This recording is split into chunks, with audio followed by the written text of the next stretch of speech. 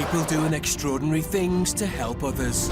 If he didn't do what he did, we would have died. Heroic acts that have sometimes meant the difference between life and death. And he was just crying, "Don't let me die, don't let me die, save me, save me." Amazing acts of courage. It was just a natural reaction. This guy needs help. Captured on dash cams, CCTV, and mobile phones. Incredible stories from the UK. He put his life at risk just to save me. And across the world. Mayday, mayday, mayday. All the people that assisted with my rescues that day are my heroes. We genuinely owe our lives to him.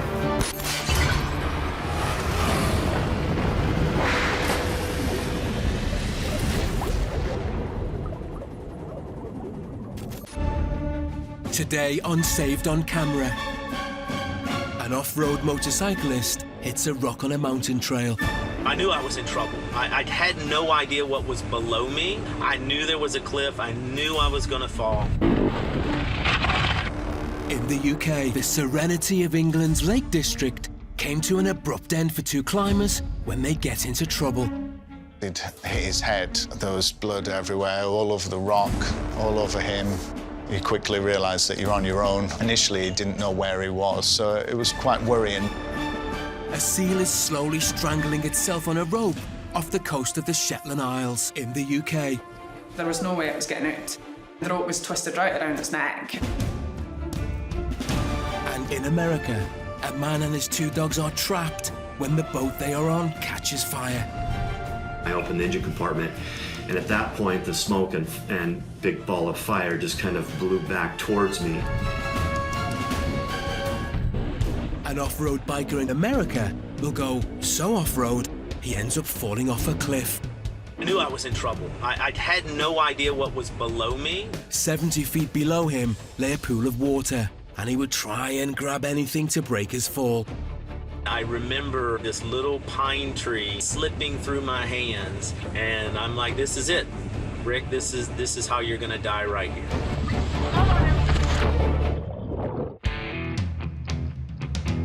Rick Hogg is a 50-year-old motorbike enthusiast from Texas. My main hobby, I would have to say, is motorcycling. It's really been a part of my life since in my 20s. Just had a lot of motorcycles, whether they were dirt bikes or road bikes. It became just a passion. And his passion for all things biking took him to the Elk Mountain Range in the Colorado Rockies. Me and a good group of friends and get together from different parts of the country and really just enjoy the scenic beauty that Colorado offers there. One of his best friends on the trip is fellow enthusiast Ryan Edward, who he met through biking 20 years ago. Motorcycles have always been in my life since I was very young. My father got me my first dirt bike at 4.5 years old. Motorcycles is definitely my favorite hobby. Rick and I met through motorcycles, along with several other guys, all based around motorcycles and racing. The guy's certainly got these crazy skills on a dirt bike, and I think it just comes to him naturally. And to make the most of their experience, they needed to go off the beaten track to a place called Crystal View. It's in a very, very scenic yet remote part of Colorado where you don't have cell service for 30 minutes. One section of this that is quite challenging. One site has said it's the most dangerous pass in Colorado.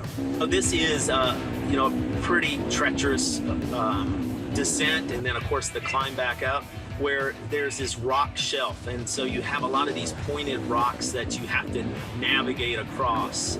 Ryan and I looked at each other and said, hey, let's make a run at it.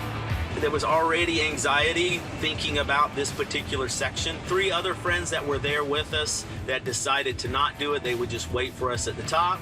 Ryan and I were just gonna go down, turn right around and come back up. We'd be right up in a few minutes. Leaving the rest of their friends behind, Rick and Ryan set off on their challenging route.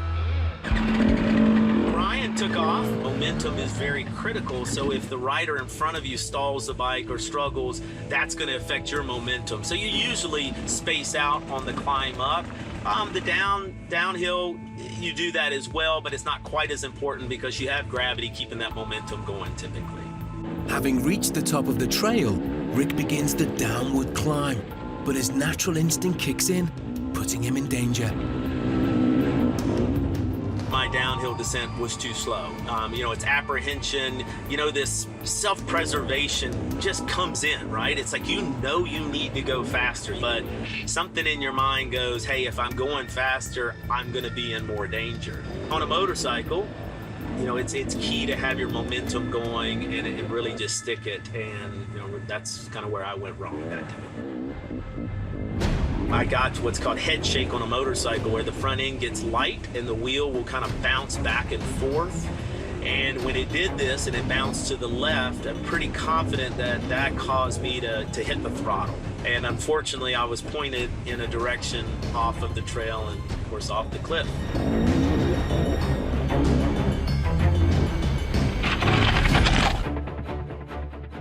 I knew I was in trouble. I had no idea what was below me. I knew there was a cliff. I knew I was gonna fall. My kids flashed right into my mind. I have 3 wonderful young kids. The next thing that happened is me scrambling for anything to slow me down. And I remember vividly this little pine tree on the side of the rock. And I remember that slipping through my hands. And I'm like, this is it. Rick, this is how you're gonna die right here. Rick and his bike end up 70 feet below in a swimming hole, known as the Devil's Punch Bowl, and he's convinced he's about to drown. The first thing I thought was, you've got to get to the surface. It's unbelievable that you're not dead. I'm sure I was in shock. It's just cold, cold water, but I'm scrambling to get to the surface. I've got all of this gear on. I've got heavy, wet boots, helmet, gloves, goggles. I was thankful to be alive, and so I looked around to try to find a way out, and I was between 2 waterfalls, and so I couldn't go downstream. I would have fallen down this waterfall. I didn't feel comfortable crossing the water because of the current. I was afraid it would take me down, and so I just sat there, and I'm like, right now the best thing to do is be patient. Unaware of the drama down below, Rick's friend Ryan is waiting for him at the top. When I got to the top and realized that he had not come within the next couple of minutes, never a bad feeling that something had gone wrong until I walked all the way down. And every corner I would go around, I would expect to see Rick in the motorcycle sitting there waiting for some assistance or pushing the bike to get it over a hard spot. Each corner was kind of a little bit more of a letdown, like maybe there was a problem. I got around the very last corner and could see the bridge at the bottom to where I knew he would be waiting. As soon as I saw that Rick was not there, that is when I got a panic feeling that something was not correct. I moved over to the edge and just started yelling his name. As I'm yelling, I hear a response, and I look over the edge of a cliff and I see Rick standing at the bottom at the water. He said, "How did you get down there?" And I made this motion like off the cliff and in the water, and his eyes just got big as saucers. And I think that's probably when the reality hit him of, how I got down there. I expected to see injury, obviously, looking off the cliff of that far, even after getting an answer. I was just elated to see that he was able to move around. How do I get out of here? Because I had no clue, because all I see is a rock wall. I did know that there was this one rock that was about 8 feet tall, maybe 10, that had some handholds. I thought I could climb out, but I wasn't sure where that was going to take me. So I walk up and down the edge of the trail, and I can see where people had previously crawled down there, which would have been not a ridiculously hard climb if you were in hiking boots and some pants and stuff, but in motocross gear and boots and helmets and everything else, it was a much more challenging climb. So I was not real excited to go down to see how to get him out of there, but slid down and got to the point to where we could actually touch hands and know that he could come up the harder part, and realize that it was going to be an option to climb right out of it. So he came down and met me really at the top of this rock. I climbed out, and then, you know, I'm shaking for sure. He helps me, you know, get up, to where the trail was. Of course, you know, it's 70 feet above or so. And when we got up there, it was just amazing. Yeah, I mean, I hugged him, and, it was good to be alive. And that's when the emotions really hit me of what I could have lost, and how quickly, you know, it can go from just out riding on a beautiful Colorado trail to, you shouldn't be there. And Rick knows just how lucky he was. So the amazing thing after going through all of this is the only injury I had was a bruise just above my right elbow, and a little teeny scratch that went along with it. The rest of the riders kind of went into kind of support mode as well, and they were able to find me a ride back into town. But you know, the thing that was so special for me is watching my friends come together, just trying to help me get out of there. Ryan specifically.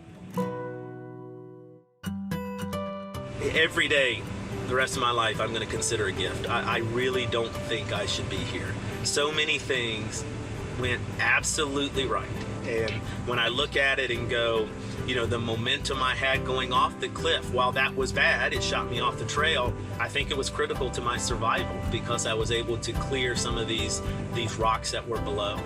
I had promised my kids, the lesson learned for me is not to get in high consequence areas. I'm not going to put myself in a situation where I could lose it all. That's my promise to them. We want to go back there. We will walk it and kind of reflect on, the things that have happened. I look forward to doing that.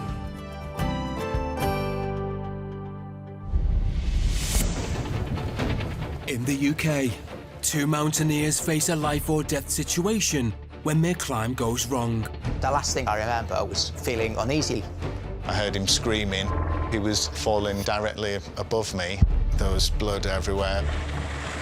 And any rescue attempt would also come with its own challenges. The helicopter disappeared, and then the helicopter came back, and we didn't know what was going on. I was starting to shiver. I could die of hypothermia.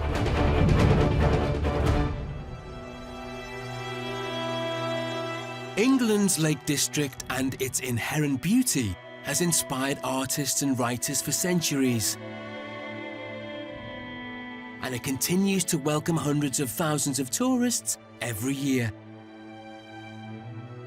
It's also on the checklist for outdoor adventurers, two of whom travelled there from London.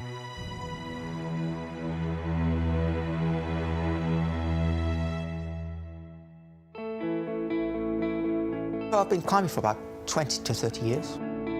For me, it's the focus that you have. When you're in the middle of a climb, your mind, body, everything is just focused on right now. I think there's a couple of options for us to get there. I got interested in climbing to start with. I was about 15 or 16 at college with a friend. We went climbing indoors and then started going on adventures. The weather's looking fantastic. The guys met when Rob joined the Surbiton and Kingston Climbing Club, where Paul was already a member. They both share a passion for adventure. We've both got a similar interest for doing more mountaineering styles, more challenging climbing. The thing about Rob is you always feel that he's competent, he's safe. He's going to look after you if anything goes wrong. This would be tested to the limit in a climb that Rob had his sights set on. Pillar is one of those climbs that we've always wanted to do, or I've always wanted to do. But it's quite awkward in that it's 3 hours of hiking to get there. I sent an email out to the club, and Paul was the only one who responded out of the entire club, so it was a perfect match. Well, leave for night. Leave for night. Yeah, leave for night. Both knew there may be risks. It's a bit of a challenge. The weather's got to be good, and not everyone can climb it. You need to trust your climbing partner, and I trust Paul. And so the scene was set for what should have been a difficult but successful climb. Having travelled up from London the night before, they set off the next morning. We climb generally in pairs. One of the pair is leading, is going first, and the other is holding the rope. And if that leader falls, he's counting on the belayer to hold the rope to stop them, because you will fall a certain distance and then the rope should catch you. We expected the climb to take maybe 3 or 4 hours. The route is 5 pitches. A pitch is a section of the climb, so you get to a point where you can stop and secure yourself to the rock. We had a quick chat about who was going to take the first lead, which fell to myself, and then proceeded to do the climb. As leader, Paul's job was to climb to the first safe position, secure a protection device that allowed him to clip his rope into and meant, should he fall, the distance would be minimised. First 2-3 pitches went really well, and these were the hard pitches. We were feeling pretty good. Really positive mood throughout the climb. This euphoria was not to last. But pitch 3 was the crux, and we'd done that. Then into what was meant to be the easy 2 pitches. Paul took the lead on pitch 4. I started up a groove in the rock. I got to the top of that groove, and I was faced with a fairly blank wall. We sort of felt like he was going off route. He traversed round to the left to get back onto the route. And at that point, I could no longer see him. No longer in Rob's eye line, Paul knew they were off the beaten path. There are telltale signs. The rocks or routes which have had a lot of travel will have wear marks in them where people have placed their protection.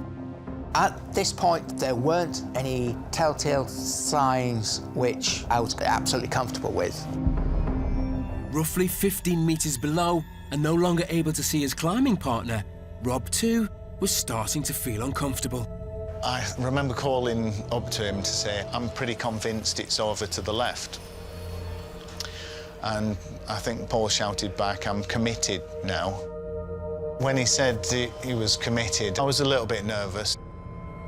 Paul was less than confident about his next move, but he had committed. There was a small pocket to my left and a little nubbin on my right and a shallow crack in the middle. I placed some gear protection in the crack, but I wasn't really happy with it. It was very shallow. I didn't feel that it was secure, really, but it was the best I could do. So I was feeling a little bit apprehensive.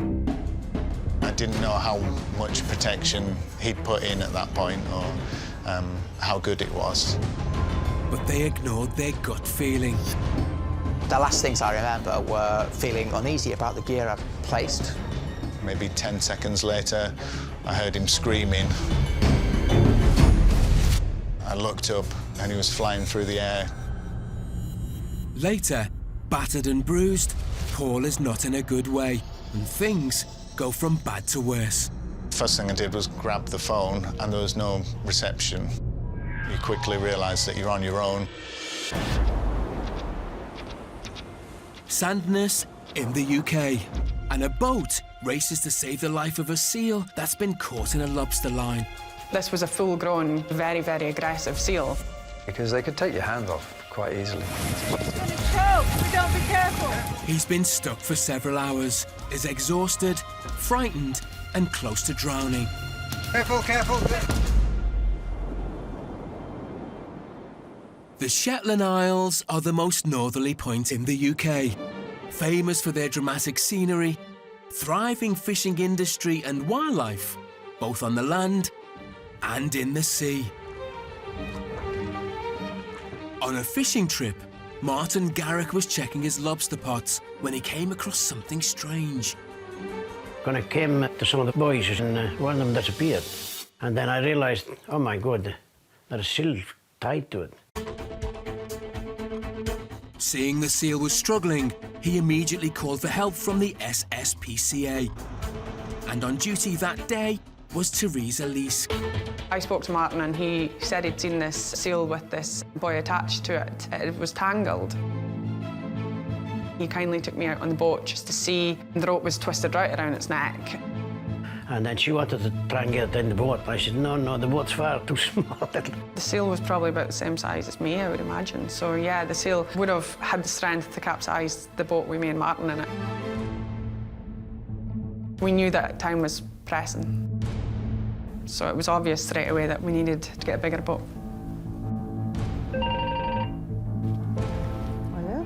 Teresa's first call was to the local seal experts. So my first thought was to get Jan and Pete involved. They would know what to do. To stand a chance of success, it was imperative to find a bigger boat. So they wasted no time in calling round the fishing community for help. I've had a call about a grey seal pup in trouble. We spent about at least an hour, maybe more, phoning around everybody we knew to see who might have a boat. So I rang a friend on the west side. She knew a man with the boat. Sorry to bother you. This is Jan from the Wildlife Sanctuary in Hillswick. We wondered if you could help us. I rang that man. He said he'd do it, so we just headed over there straight away. With the boat located, Jan and Pete rushed to the harbour to meet up with Teresa and trawler owner Sean Williamson. So we drove down to the west side, and he was there waiting for us.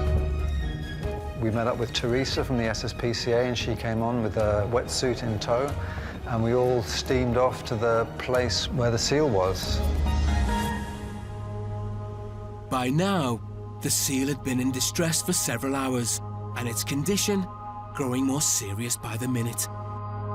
When they came back with the bigger boat, then I knew they wouldn't understand where it was. That's when I went back over and showed them where it was. But being tangled in a long rope and moving around meant finding the seal again wasn't going to be easy. It must have been at least 20 minutes before we actually caught sight of it. It was coming up to the surface and then disappearing again. Then it would appear somewhere completely differently, so we never knew where it was going to be. It was trapped. The rope was wrapped around something, and it could come up and get air and go back down again, but it couldn't go more than about 50 yards. We then had to figure out how on earth we were going to catch it. How do you actually catch a seal when it's going to dive again really quickly? Teresa had what she thought was a solution to catching the seal, albeit a dangerous one. We'd struggled to see the rope from the boat, and I thought, well, I would get a better view in the water. It's not the wisest thing to do is to jump in the water with a stressed seal. It's a bit concerning, just in case the seal got a hold of her, you see. They're great big teeth in them, they'll tear you up in a minute, like. Teresa, this is not a good idea, but she was determined to do it. My adrenaline was just pumping just to get this rescue done because I could see it was distress. I didn't know what I was going to get at all. I had to try. Would Teresa's gamble pay off? Find out later as she risks getting close to this dangerous animal. Meanwhile, two climbers in England's Lake District were nearing the end of their climb. We were into what was meant to be the easy pitches. When things started to go wrong. I was feeling a little bit apprehensive. The protection device used to secure the lead climber had failed. I heard him screaming. And he was falling through the air. He was upside down, falling directly above me. And I could see around the rope, the protection that he'd put in had come out of the rock. Paul was right to have been apprehensive. The protection did not hold and he had now fallen, quite severely. He swung into the rock right next to me, head and shoulder first, clattering into the rock. There was blood everywhere, all over the rock, all over him. I shouted across to him. He didn't really respond. I managed to reach over and grab hold of his harness. I was able to pull him onto the ledge where I was stood. I didn't know what kind of state he would be in because he'd hit his head. First thing I did was grab the phone and there was no reception. You quickly realise that you're on your own. Their remote location, something that first attracted the pair to the climb Pillar Rock, was now against them. My second reaction was then just to shout for help, and luckily someone was in the valley. She had reception and was able to call mountain rescue. By then, Paul had regained consciousness. The first thing I do remember after waking up is Rob got his coat off and put it around me in addition to my own, and was basically talking to me and telling me what was happening. Initially, he didn't know where he was, so he actually thought we'd finished the climb and was somewhere else, so it was quite worrying. But the fall had resulted in other injuries. I was having intense pain from my shoulder and from my eye and around my eye. I was just thinking, oh, I'm bleeding, and then trying to wipe it out of my face. Luckily, by then, help had started to arrive. We'd been sat on the ledge for probably an hour or so before the helicopter came. I jumped up and waved. But it wasn't that straightforward. Then the helicopter disappeared. And then the helicopter came back, and I jumped up and waved again, and the helicopter went away again. It was quite dramatic to see them come and then see them disappear again. The helicopter couldn't get in close enough to winch him directly, and we didn't know what was going on. Also making his way to the scene was mountain rescue volunteer Martin Pickavance. He'd got the call 20 miles away in the classroom where he teaches. I knew that it was a casualty with a head injury and serious trauma, so I picked up some bits and bobs of first aid equipment that I had in the back of the vehicle and just headed off. With only this detail, Martin had to consider the worst. The fallen climber is on Megatron. I'll get back to you if there's any further information. Over. Immediately, you're thinking, where is this climber? Is this climber still suspended on the rope halfway up the rock face? Has his partner managed to get him onto a ledge? Have they managed to get him to the bottom of the crag? Has he fallen the full length of the crag and ended up at the bottom? And all those things are tumbling through your head. Back on Pillar Rock, Paul was conscious that he was deteriorating. I was starting to shiver, and maybe I was starting to show the first signs of hypothermia. When you're injured in that sort of country, the initial injury isn't necessarily the thing that kills you. You could die of hypothermia. The rescue team, though, were putting their plan into place. We put a rope along that scramble so that we could get gear and people onto the top of Low Man. Low Man's at a part of Pillar Mountain, if you like. It's the highest point. It's where the rock climbs stop. So we knew that from the top of Low Man, we could carry out a rescue. All the while, Rob kept a watch on Paul. He was kind of huddled in and protecting his arm, so I was looking down the valley and spotting people and just kind of relaying what was going on a little bit to Paul. And the helicopter picked some of the mountain rescue guys up, helicoptered them up to the top of Pillar and dropped them off there. Once we'd set the rescue rope system up, we were able to lower in our first rescuer. Chris went down to the casualty site. It was a big relief to see him. These guys were huddled onto the tiniest little ledge. There was no way that Chris was going to get onto that ledge with them. He managed to get a dressing onto Paul's head, did a quick assessment, and then made a decision at that point that the safest thing for Paul and the quickest way to get him out of that area into hospital was to lower him down. The overriding feeling I got was, people are looking after me. I'll get through this. Paul, by this stage, was conscious. They abseiled down to a much bigger ledge called Green Ledge, where we had casualty carers waiting to look after Paul's injuries. For Rob, it meant relief. It was great to see him down at the bottom and in good hands. I was very relieved. Paul's strapped into the stretcher. We've gone into a warm sleeping bag. The winchman came down to us and winched Paul into the helicopter and took him away. At hospital, the true extent of Paul's injuries were now known. They confirmed that my shoulder was dislocated and nothing was broken. Then proceeded to tug very heavily on my arm to reset the shoulder, and that was quite painful. I got a bleed on the brain. They had a look at it. It was only about 4 mils at that time. They didn't seem to be too concerned. They said they'd sort of basically monitor me. But Paul, Rob, and Martin know that things could have been a lot worse. If that gear hadn't have held, he would have fallen much further. And if none of the gear had held, he would have fallen directly onto me and possibly could have pulled us both off the rock. Just pleased that on the day, everything went in their favour and the team were able to help. And for Paul, the whole event has given him a new perspective on life.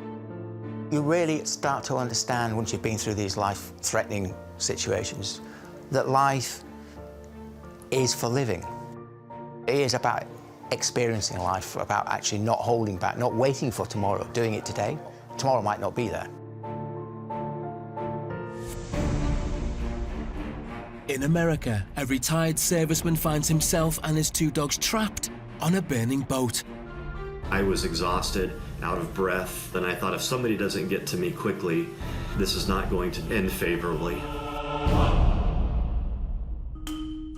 Mike and Jamie Babbitt from Bremerton in Washington are a match made in heaven. Jamie and I have been married for 4 years now. We've known each other for 5 years. We've been glued together since then, and we have a wonderful time. We get along great, and we laugh a lot. The couple share a passion for life on the sea.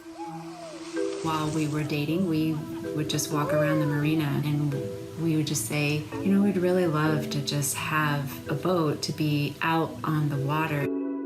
We saved and bought it about 2 years ago, and we've been living on it. It's been beautiful. Obviously, it's a smaller living compartment than what we were used to, and we have 2 English bulldogs named Hootie and Pearl. The couple and their 2 dogs were enjoying their new life. It's so peaceful and calming and relaxing, and it's just something special about how you feel while you're on the water. We moor our boat at the Bremerton Yacht Club in Bremerton, Washington. It's just a beautiful place, and it's like a small family there at our club. That small family at the yacht club would end up owing so much to Mike. Jamie had to do some shopping, and I was on the boat with the dogs, and the boat needed to have more fuel put in it, so I was preparing it to take it over to our fuel dock. And I walked back down into the salon again. There was smoke inside the salon. The stairway down into the passageway lifts up so you can go into the engine compartment. So I lifted that up, and at that point the smoke and big ball of fire just kind of blew back towards me. The fire was just too big, too overwhelming. Mike immediately thought of others. I can't let my friends and family of the yacht club suffer, so I drove the boat out as quickly as I could with the limited time I had. I set the chain and the anchor so that it would catch and not blow back into the marina. Having driven the burning boat away from the people on the marina, he now turned his attention to saving himself and the dogs. There was no time to make any kind of calls. I grabbed the bulldogs and put them on our aft deck and grabbed their life vests and put them on. I grabbed the paddleboard, which was up on top of our boat, and slid it down into the water, and I put Pearl on first. And Hootie kind of somehow knew what was going on, so he just stepped right onto the paddleboard. After about a minute or two, I became really cold.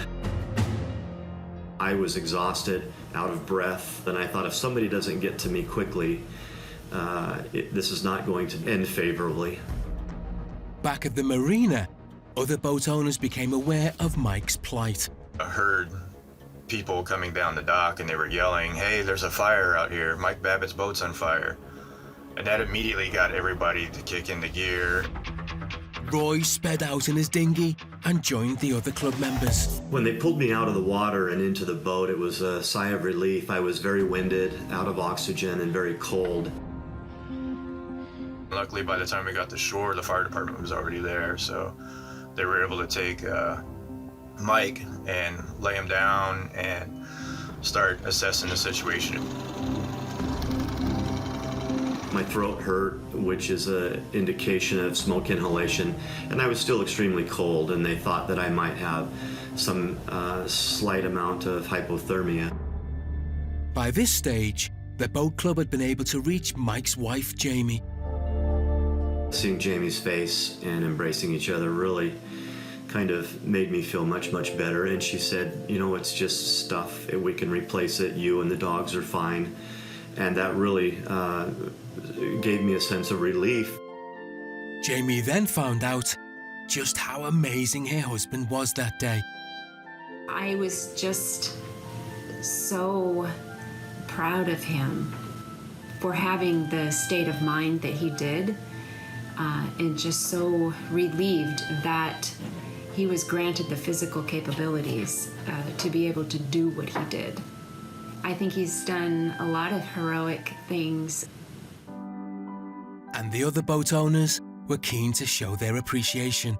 After the boat, sinking, I donated a bunch of clothes and shoes like that to Mike, and I know that we started a fund to help the Babbitts out and stuff too. Mike is all too aware, though, of how bad the situation could have been, and it has changed his mind about his living arrangements. When I look back on how fast the fire moved, I feel very grateful that it wasn't during the nighttime when we were sleeping. I think that for right now, we've decided we're probably going to live back on land. But boating is still in our future. But I think a home on land is our next step. Back in the UK, a seal is strangling on a fishing rope and rescuers are trying everything to save it. Local wildlife officer Teresa Leask was determined to reach the seal. She had a shepherd's crook and she would have hooked it and pulled it in. Can you get the rope? But even when she took the staff and tried to do it, the staff just slid down the rope. But she was eyeball to eyeball with the seal. Yeah, I was a little bit shocked, but it was as well. So yeah, we both sort of turned around at the same point. This was a full-grown, very, very aggressive seal. So we were all getting a bit concerned as to how we were going to actually manage this. I said it would be great if we had a grappling hook that we could throw it out, hook the rope and pull. And the guy on board said, I've got one. The next time the seal appeared, he threw the grappling hook and managed to catch the line. So the best thing that we could do was to winch it up to the boat and try and cut it free. It looked horrific at the time, but the main thing was we had really sharp knives ready to cut through those ropes. Even though the seal was now closer to the boat on the winch, they faced more problems.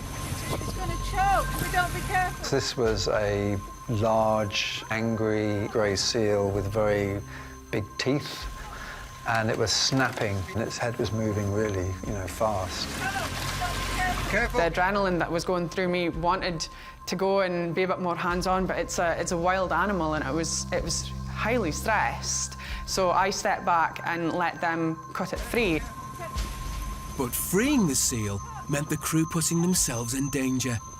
There's not just one rope around there, there's a few different bits of rope. And so he cut away and cut away and cut away, and we thought we'd freed it. They cut some of it and it sort of twirled and dropped, but another piece of rope was still holding it. Because it was freer at that point, it could move its head even more, so it was even more dangerous, because they could take your hand off quite easily. Jan and Pete's experience of rescuing seals proved to be vital. You put a towel over the head, as long as you've got that covered, you can handle a seal. If the head isn't covered, you can get a very dangerous bite. It was a bit scary, but you don't think about it when you're doing it. You just do it. They put the towel over, and Pete started cutting like crazy to get the other bit off.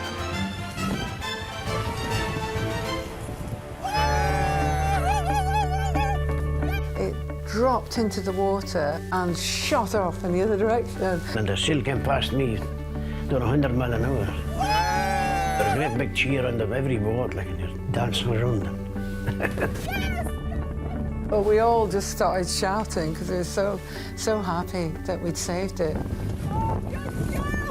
I stayed well back, and as soon as it was free, I was getting on the boat pretty fast. What a feeling that was, to suddenly see this seal escape and go back and swim off into the wild. It's a fantastic feeling. And we will always have that memory and knowledge that we worked together and we did it together. We had kind of a group hug and said, wow, we did it. You know, we couldn't believe it. So through teamwork and local knowledge, the people of Shetland saved the seal from certain death. Hi, I'm Martin. Hi, Paul. Hi, Paul. Casualty. Yeah, a casualty. Good to see you, Paul. I'm Rob. Yeah, Hi, nice Rob to meet Martin. you, Nice to man. meet you. How Nice to meet you. Just a couple of months after their dramatic mountain rescue, Paul and Rob are back in the Lake District to meet 2 of the 20-strong team that saved them. How you doing then? My eyes are a bit weird. Yeah, I can see. So it looks down here. Yeah. Because the nerves are still pinched a little bit from swelling. So that'll go down and it should... That's what the doctors think. It'll go down and it'll come back. Yeah. And did you have a minor bleed as well? I had a minor head bleed. Yeah. So that's when they kept me in for 3 days. And the arm? Yeah, the shoulder doesn't work very well. I've got nerve damage. Yeah. So the signals are not getting to the muscles. Yeah. So I can sort of do that. I've got some issues that I've got to work through. I've got some functionality issues, if you like, because my arm's not currently working. But prognosis at the moment is should get better. Paul is well on his way to recovery, but the events that day have left him cautious. I do question myself because I know that I was uncomfortable. Yeah. Yeah, and you think, well, why did I proceed? But then... Yeah, but then how many times have you been in that position? That's called climbing. Yeah, I've been there a lot of times and gone through it. But at the moment, I don't think I'll change. No. Good. I'm still going out climbing. Good. Yeah. These were 2 guys that were experienced rock climbers that had an accident. There's no fault to be attributed there. For all intents and purposes, could have been one of us. When you get a message that comes through and you know it's a climber that's fallen, everybody in the team's a climber or has been a climber in the past. So there's a real empathy there. For Paul and Rob, though, today is also about saying thank you. We sort of been doing a bit of fundraising by social media for the team. That's absolutely fantastic. Yeah. Thank you very much. You're welcome. Cheers. It's great to see the mountain rescue guys again and be able to give them something, and great to be able to say thanks. The mountain rescue teams are just fantastic. They're volunteers. They get no money from the government. They really deserve support, especially from people like myself who require their services, but other people who come out into the wilds of the country. They're in a really serious position. It's really satisfying to know that we're helping those that need us. I don't know how you can thank them enough, and I think I will be supporting them through the rest of my life. They're just heroes.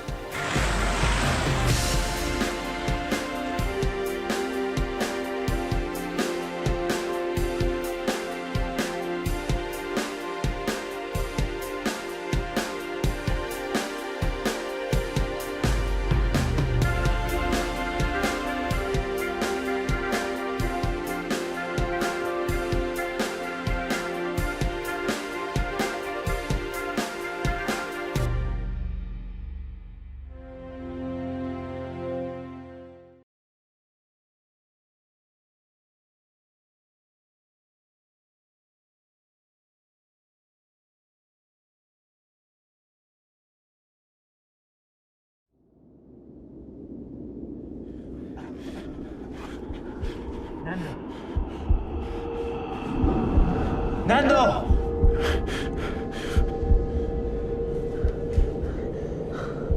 Wake up! He's opening his eyes. Nando.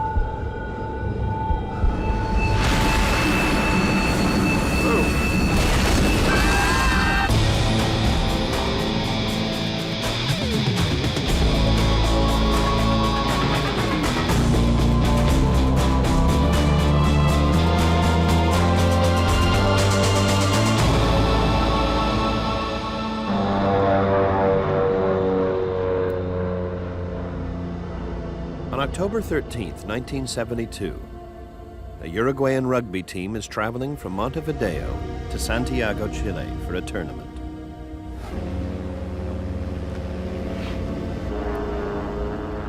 The plane hits turbulence. The pilots stray off course. This is your captain speaking. Please fasten your seatbelts. Among the team members on board is 22-year-old Nando Parrado.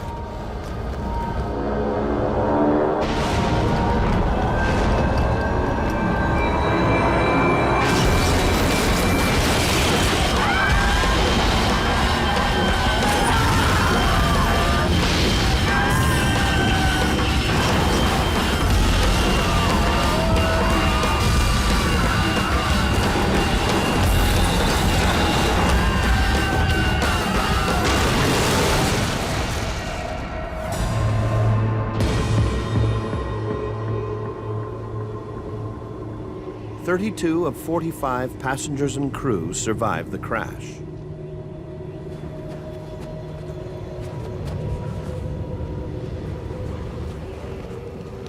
One of the survivors is 18-year-old Carlitos Paez.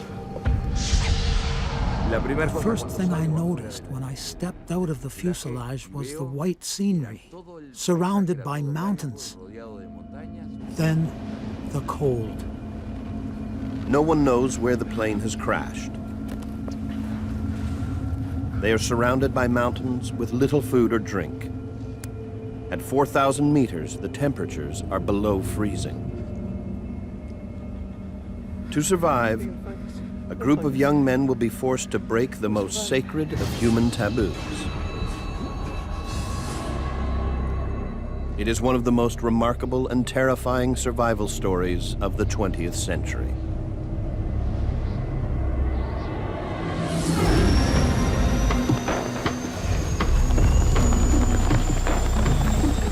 When the plane does not arrive in Santiago, the Chilean Air Force launches a search and rescue mission. Jorge Massa is the joint commander of the rescue operation.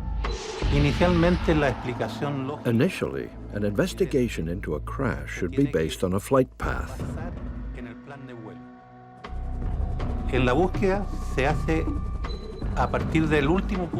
The search begins at the last known point and works backward from there.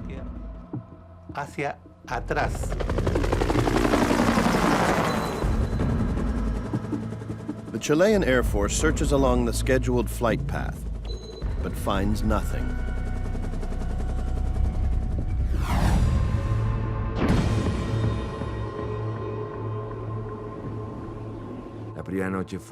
The first night was horrible.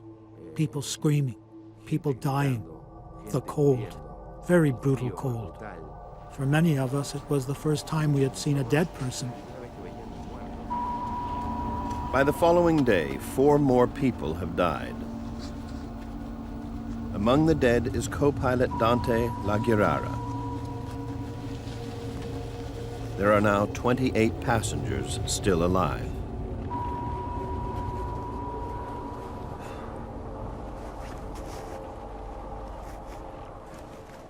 The immediate danger for the survivors is hypothermia, which can occur when the body is exposed to cold. As their body temperatures drop, blood vessels close to the surface of the skin constrict, reducing blood flow to the extremities. This preserves the body's core temperature, protecting the vital organs. Continued exposure reduces nerve and motor functions. Heart rate and breathing decreases. Slowly, the body shuts down.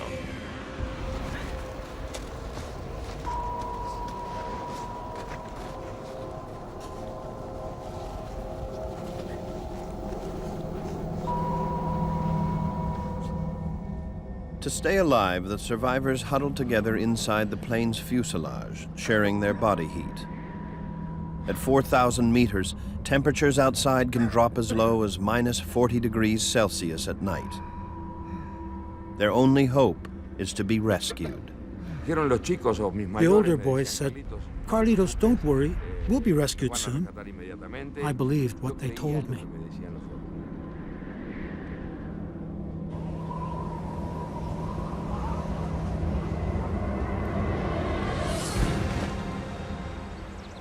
Carlitos' father is the first family member to arrive at the rescue headquarters in Chile.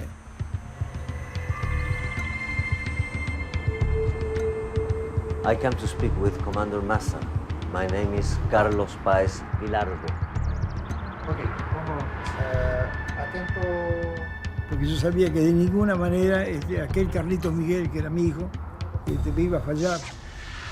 I knew that there was no way that my son Carlitos would fail me when we'd had so many adventures together and been so close. A famous painter at home in Uruguay, Carlos has crossed the continent to find his son. Hello, Commander Massa. Carlos Páez, desde el primer momento. From the beginning, Carlos Páez had the drive, courage, and determination to find his son. Massa takes the unusual step of allowing Carlos to take part in the search flights. Y había que estar horas circulando arriba de las montañas a ver si encontrábamos algo. We spent hours circling the mountains. I prayed for my son with tears in my eyes, not knowing if it was from the pain of the search or the reflection of the snow. La fuerza de la nieve.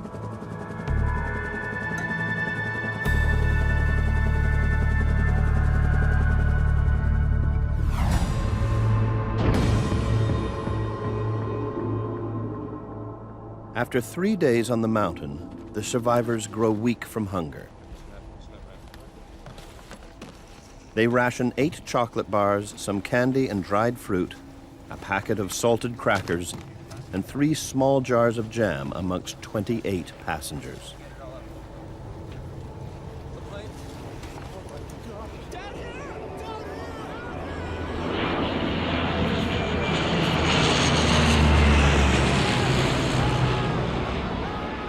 Carlitos and the others are sure they've been spotted. They're wrong.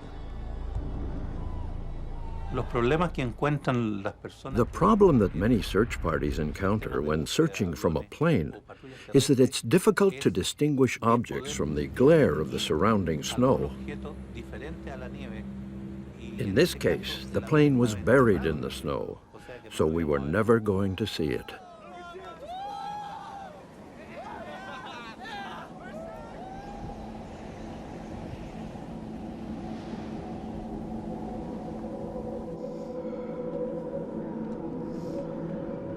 Nando Parado has been unconscious with a broken skull since the crash. But on the 3rd day, he wakes up. Where's my mom? On board the doomed flight was Nando's mother and younger sister, Susie. Nando's teammate, 19-year-old Roberto Canessa, breaks the news. Nando. Roberto tells Nando that his mother died in the crash and that her body is buried outside with the others.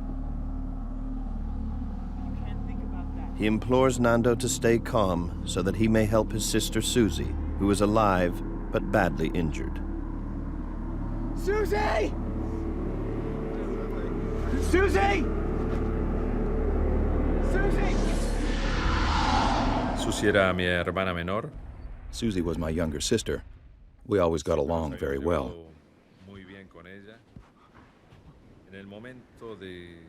When I realized that my sister was in the front section of the fuselage, she became my priority. Nando's sister is gravely ill from internal injuries. The only thing I could do for her was to keep her warm by hugging her. It's okay, Susie.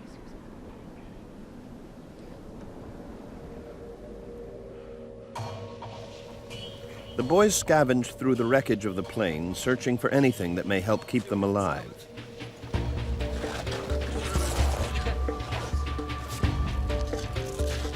Desperation forces them to be inventive.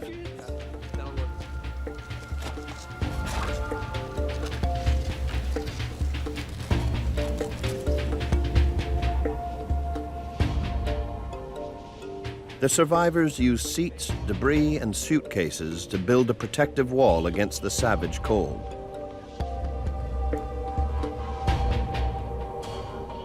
Their collective body temperatures create just enough warmth to avoid freezing.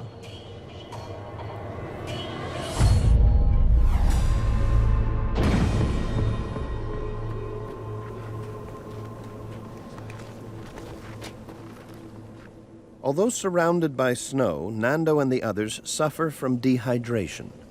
The thirst at that altitude is exactly the same as the one you can feel in the middle of the desert, in the Sahara. You dehydrate a lot faster than at sea level. Dehydration happens when a person's breathing rate increases. To get sufficient oxygen from the thin atmosphere, Nando must breathe more quickly, which expends more moisture than normal.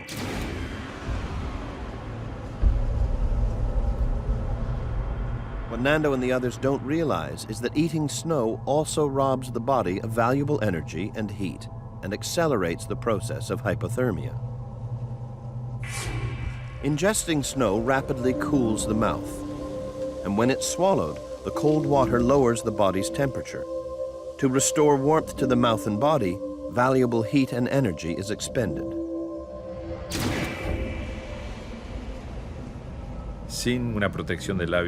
With no protection from the cold and wind, your lips start to break and bleed. And if you put snow in your mouth, it hurts a lot. It was a double torture, the thirst plus the pain of putting snow on your destroyed lips. But there was no other way. Carlitos tries to melt snow by shaking it, but it burns valuable energy and proves exhausting. The solution came about when someone discovered a way to make water, drop by drop. The survivors discover that every seat back contains an aluminum sheet. They fold the metal sheets to create a makeshift funnel.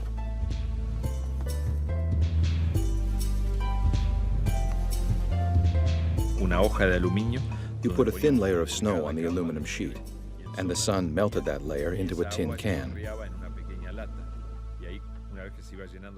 And once that can was filled, we'd all take turns taking a sip of water.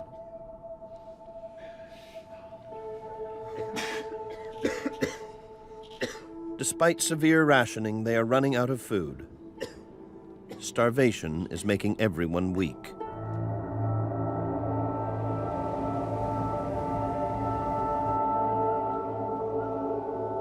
Carlito. Nando quietly confides in his friend Carlitos. You awake? Yeah.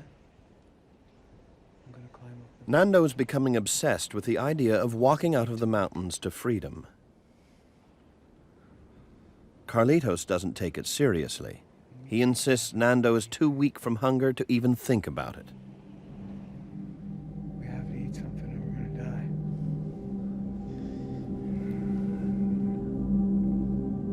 Carlito.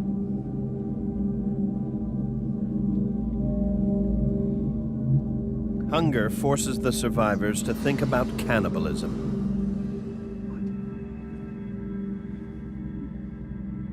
Now some even dare to mention it out loud. But the idea is still so alien, so forbidden, that nobody is yet prepared to act upon it. God help us all. I've been thinking the same thing.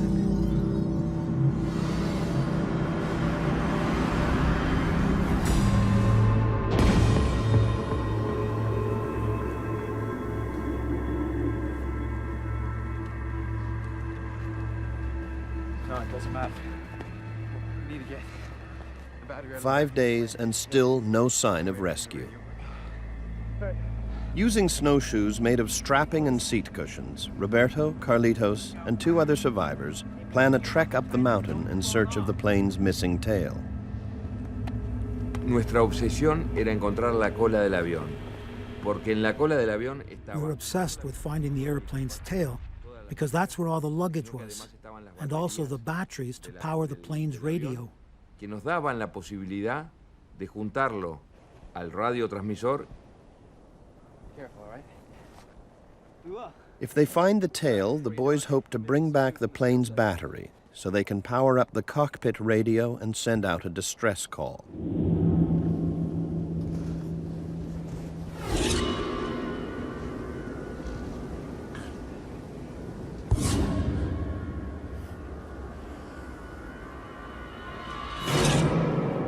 Meanwhile, Nando studies a map from the cockpit, trying to find his escape route out of the mountains. He thinks he's figured out where they've crashed, not too far from the Chilean foothills. Nando believes that only one mountain stands between him and safety.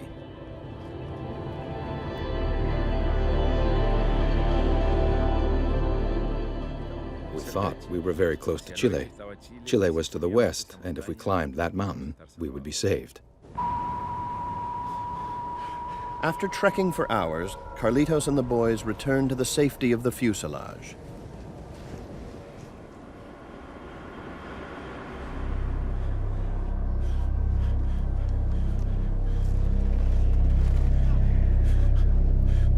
They were unable to find the tail section of the plane. Todo era en contra nuestra. Everything was against us. We were walking in snow waist deep, struggling because of the lack of oxygen and because we were so weak. And the cold, unimaginable. Human beings cannot imagine how unbearable it was. The boys are frozen, exhausted, and defeated.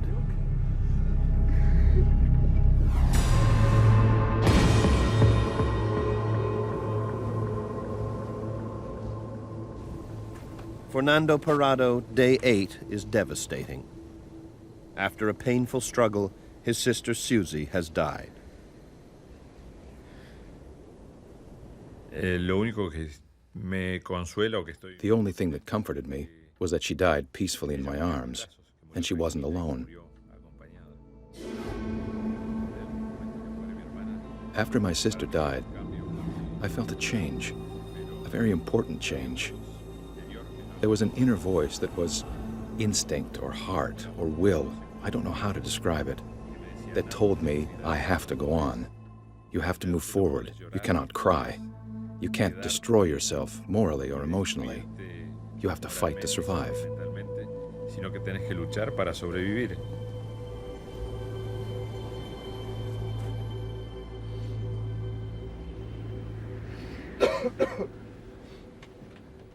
Finally, the food runs out. The last thing I ate was a peanut covered in chocolate. I made it last for 3 days. The survivors are slowly starving to death.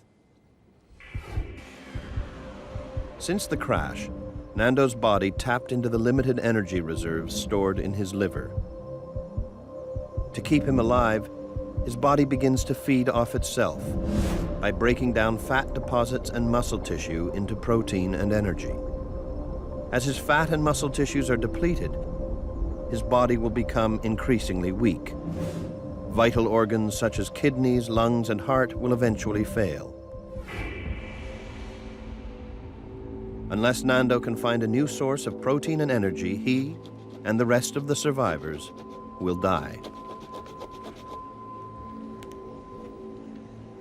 Nosotros probamos todo lo que podíamos comer. We tried everything that we could possibly eat.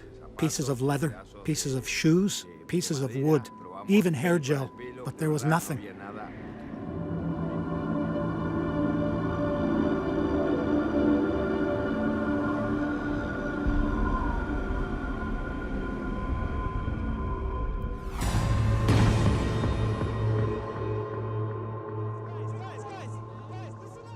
As survivors continue to starve, Roberto Canessa, a medical student and respected leader, broaches the taboo subject. Roberto's message is blunt and urgent. Starvation is killing them all. Their only hope is protein, and there's only one way to get it. And the only protein here is in the bodies of our friends. If you want to see your families again, then this is what we must For some of the survivors, the idea is too repulsive to consider. Others resist the idea on moral grounds.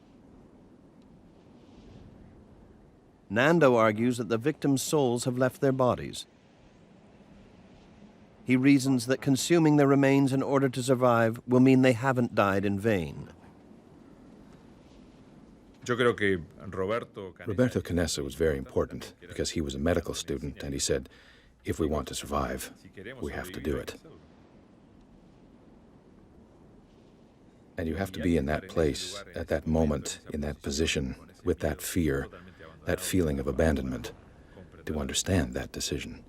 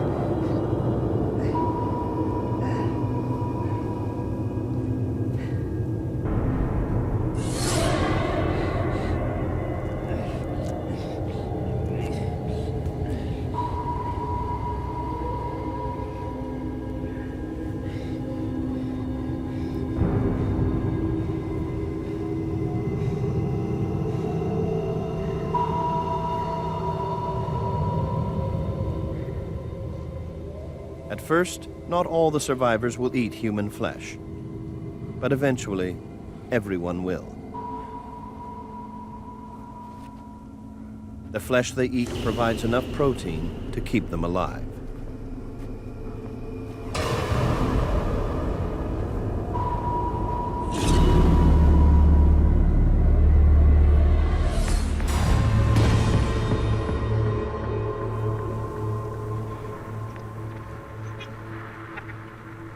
The survivors find a transistor radio and jury-rig the antenna. They try to find news of the rescue efforts.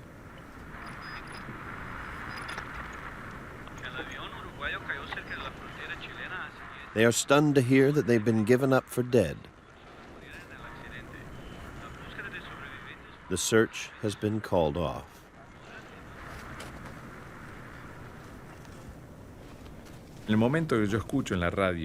The moment I heard they called off the search, I knew we were going to die there.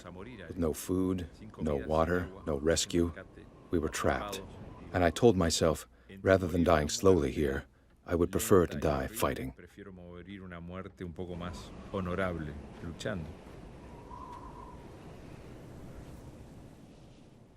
Nando is convinced that he must climb the mountain to find help. Yo sabía que yo me iba a ir, pero tenía miedo de ir solo. I knew I was going to leave, but I was afraid of going alone. Without realizing it, I began to analyze the boys. I was thinking, with this one, I can go. With this one, I cannot. Yes, no. Slowly, the list got smaller. For Nando, there is only one choice for a climbing partner, Roberto. I got along with Roberto very well. He was a leader. He worked hard, and he had courage. I asked him to come with me.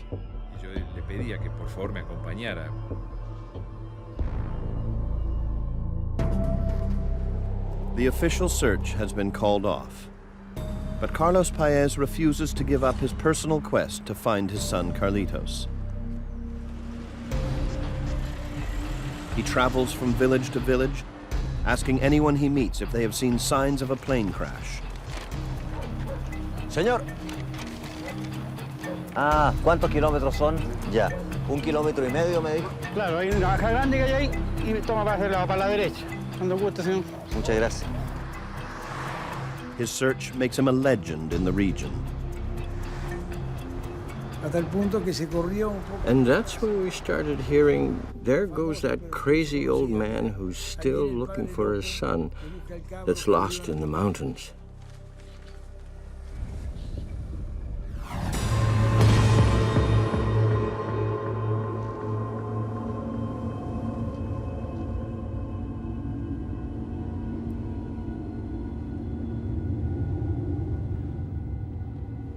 On their 17th night in the fuselage, the survivors hear a terrifying new sound. An avalanche has started down the mountain. It's gathering speed and heading toward the fuselage.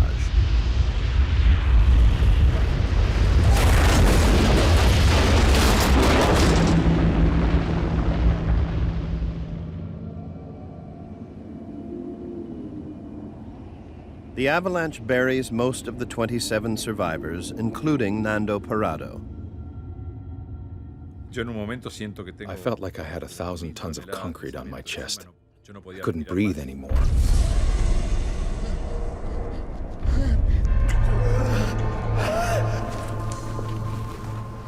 Eight people die in the avalanche, including 25-year-old Marcelo Perez, the team's captain and leader. For the 19 remaining survivors, morale is at an all-time low. The avalanche was an important part of the story, more than you can think. The mountain was definitely trying to kill us one by one, and this increased my desire to leave as quickly as possible.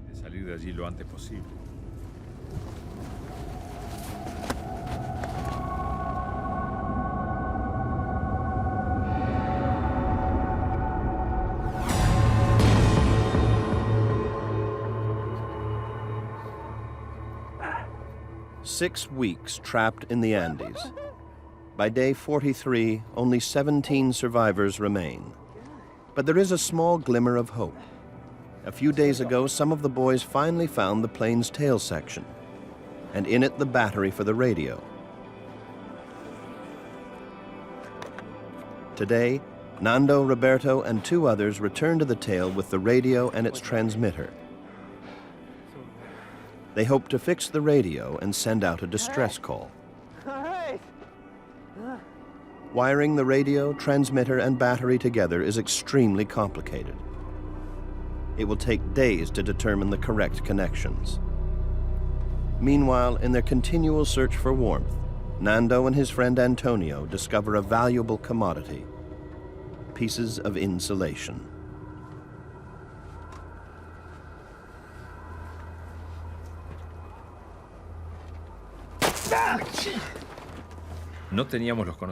We didn't have the knowledge, the capacity, the gear. We didn't know how to make it work. We just had hope. Roberto has been counting on the radio to save them. It was going to be a miracle if it worked. I sincerely think that in the end, nobody expected that radio to work. Their attempt to make contact with the outside world has failed. Nando and Roberto know that death is inevitable unless they attempt the impossible: scale the mountain that stands between them and safety.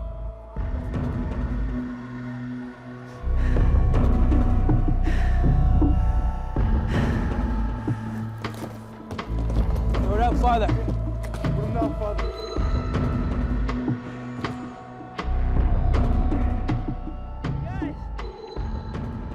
The boys build a giant cross next to the tail section as a sign to any rescue planes. It's November 28th. They have been trapped on the mountain for 47 days. Nando plans his escape. I had chosen December 12th to leave, because if you do not choose a date, you stay and stay. I told Roberto we have to leave, because if we wait too long, we will become too weak to escape from here.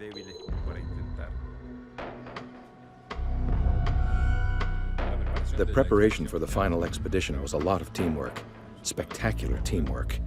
Everyone gave it their best shot so we could be successful. Nando and Roberto expect the trek to go on for days. The greatest danger is freezing overnight on the mountain. The insulation found in the tail could save their lives. Carlitos was in charge of sewing a sleeping bag with copper thread that we got from electrical material from the airplane. Make sure you wire tight. Keep the They use the glare shield from the cockpit to make sunglasses for Nando and Roberto to protect them from snow blindness. To carry the supply of human flesh and water they will need, clothes are converted into knapsacks. Some gave their best clothes so that we could fight the cold. Everybody knew that this was the last chapter in our story. The expedition would prevail, or it was death for all of us.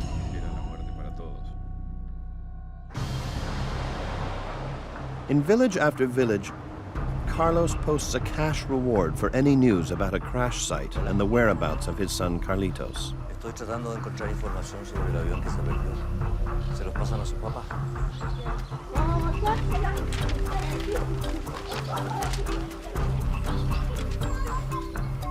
Yo siento que me transformé en un cartero. I felt like a postman, bringing news from place to place. I knew that the more people that were worried about the lost plane, the sooner we would find it. Ese avión perdido, y más pronto lo íbamos a encontrar.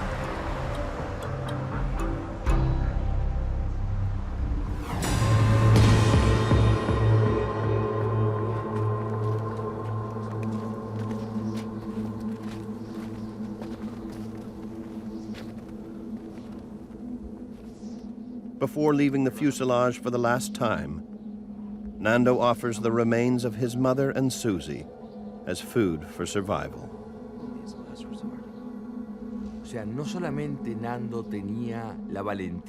Not only did Nando have the courage to climb the biggest mountain in the world, he had the courage and nobility to authorize us to feed from the most sacred thing he had, his mother and sister.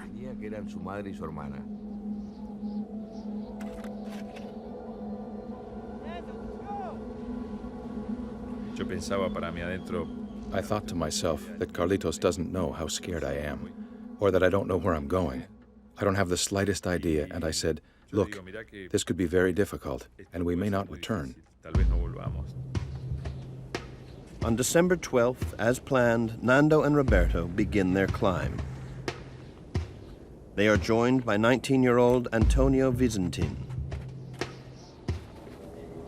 From the outset, the climb to almost 5,000 meters is physically devastating.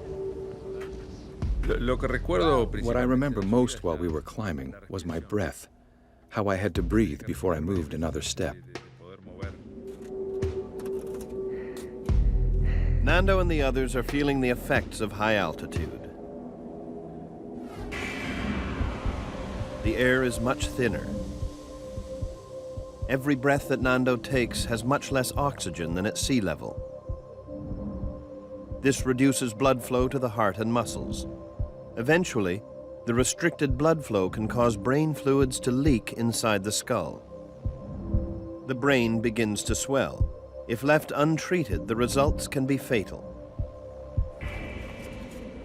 Symptoms include fatigue, headaches, nausea, vomiting, and loss of muscle control and coordination.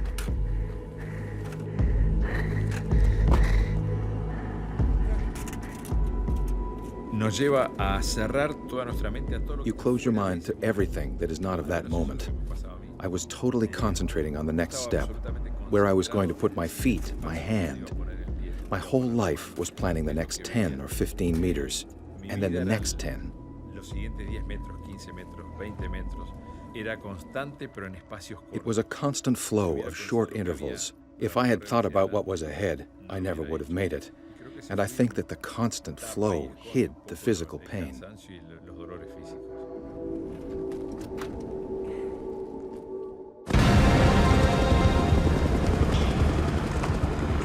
It's been weeks since the official Chilean rescue mission was called off. But the victims' families put pressure on the government in Uruguay to send up a special surveillance plane. High over the mountains, the plane's camera records an unmistakably human sign. A cross. The photos are developed at the Chilean Air Force Base. Jorge Massa and Carlos Paez examine the photos.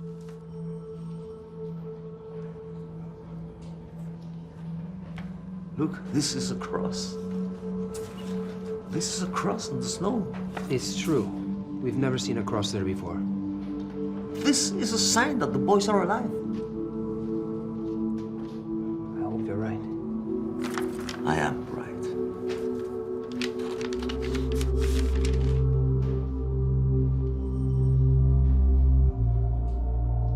But the next day, Commander Massa receives some new and disappointing information about the origin of the cross.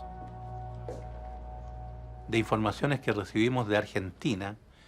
After speaking to officials in Argentina, we discovered that, unfortunately, the cross was actually made of instruments used to measure snow levels that would tell us how much water to expect in the summer.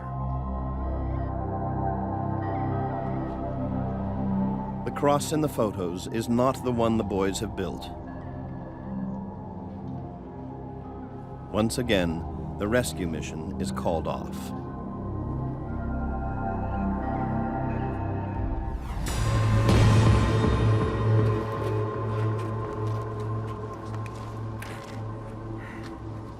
Pensamos que íbamos a subir la montaña en un día y íbamos a estar arriba. We thought we were going to climb the mountain in one day, and then see the valleys of Chile, or the lights of a city.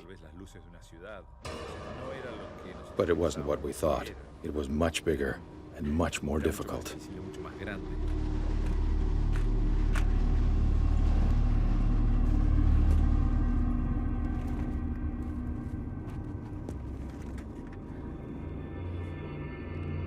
Over this. We'll see the foothills. For 2 months, Nando and Roberto have believed that if they can only get over the mountain, they will descend into the green valleys of the Chilean foothills.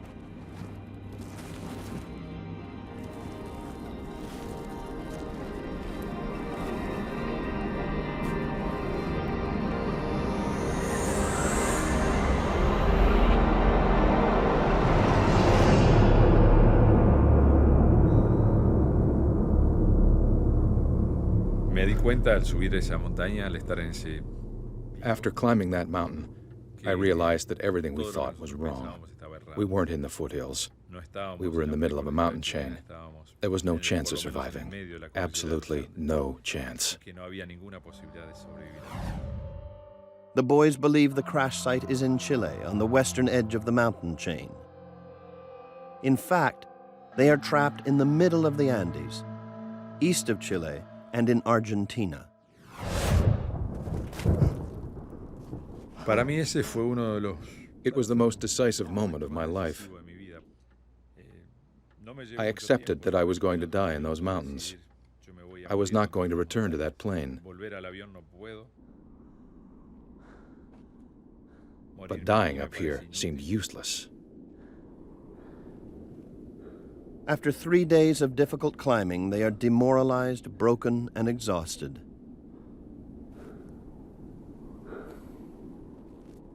But Nando and Roberto resolve to forge on. They have already sent Antonio back to the fuselage. This allows them to add his third of the food rations to their own. Now they must make their way down the mountain into the icy valley.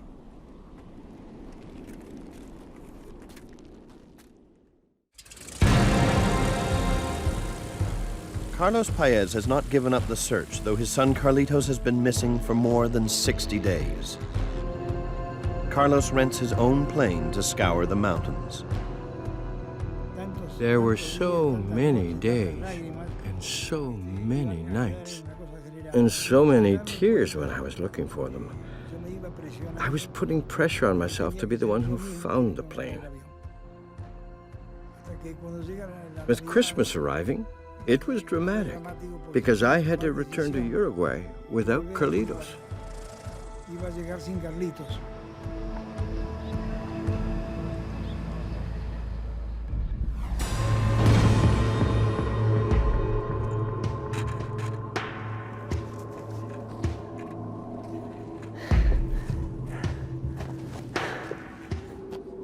Nando and Roberto have been walking for days. Their muscles cramp painfully from overexertion.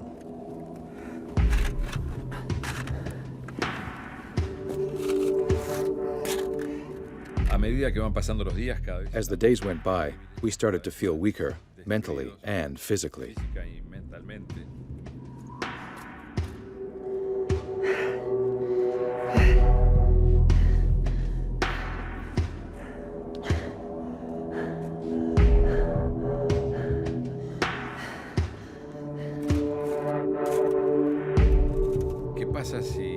I wondered what would happen if Roberto broke his leg, or if he couldn't walk anymore. Do I carry him, or do I leave him here? These are doubts that a person has, because we're human.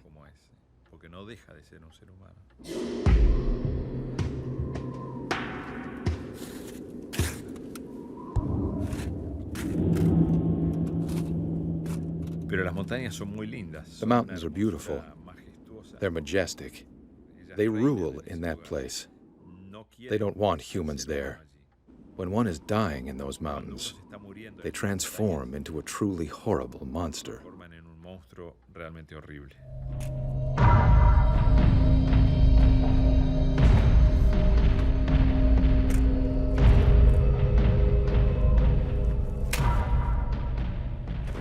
Seven days into their long trek, Nando and Roberto are barely able to continue.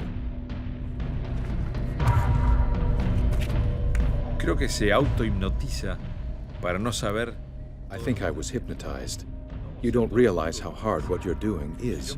If I had stopped to think, I would have died.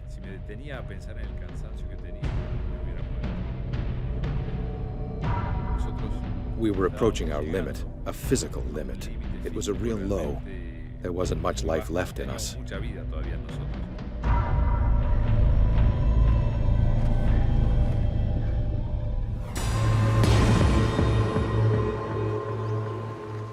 It's been 9 days since Nando and Roberto left the crash site. We had been living in a black and white world because of the snow and rocks. For me, going from snow to rocks was like crossing a line, a very important line, the line from death to life. We had hope.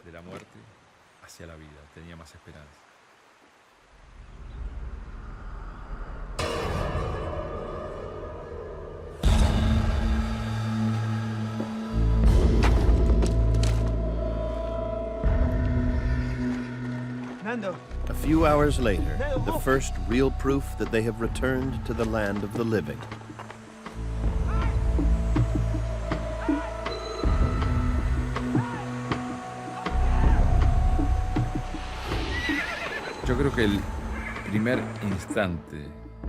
The first moment I realized that I might survive was when the man stopped his horse to look at us.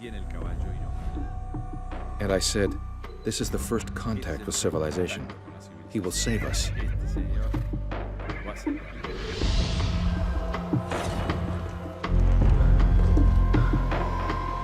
The man across the river signals that he will go for help.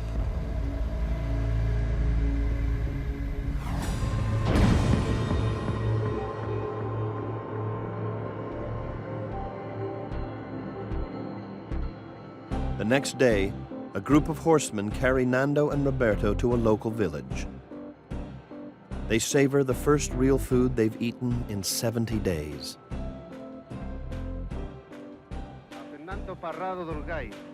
Word spreads of 2 plane crash survivors who have walked away from death. The story grows even more incredible when the boys reveal that 14 other survivors are waiting to be rescued back at the crash site.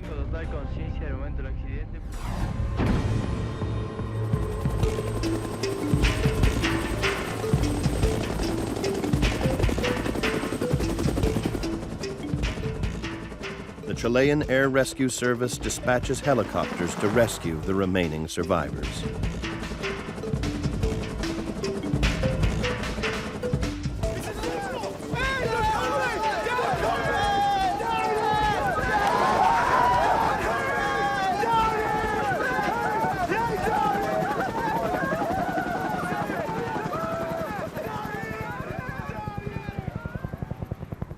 On December 22nd, a Christmas surprise for those who survived 72 days in the Andes.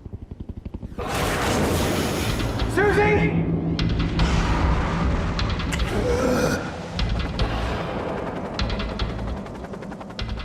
Carlos Paez has been told that his son Carlitos is among the survivors. But after his epic 10-week search, he hardly dares believe it. La angustia de la espera del helicóptero fue tremenda. There was a lot of anguish while waiting for the helicopter. When it landed and the dust settled, I saw Carlitos. He smelled of sweat and sacrifice and death. I hugged him intensely. I think that photo of us shows that moment very well, because it conveys the horror and the happiness at the same time. It's a reunion that probably never would have happened if it wasn't for the determination of Nando to find an escape route out of the Andes. As Carlitos exits the helicopter, he embraces Nando. I wanted to thank Nando in some way for what he had done. I hugged him. We fell to the ground. For the first time, I felt warm. Only 16 of the 45 survived, huddled in a battered fuselage, weak with hunger and numb with cold for 72 days. It is a testament to the strength of the human will, one of the greatest survival stories of the 20th century.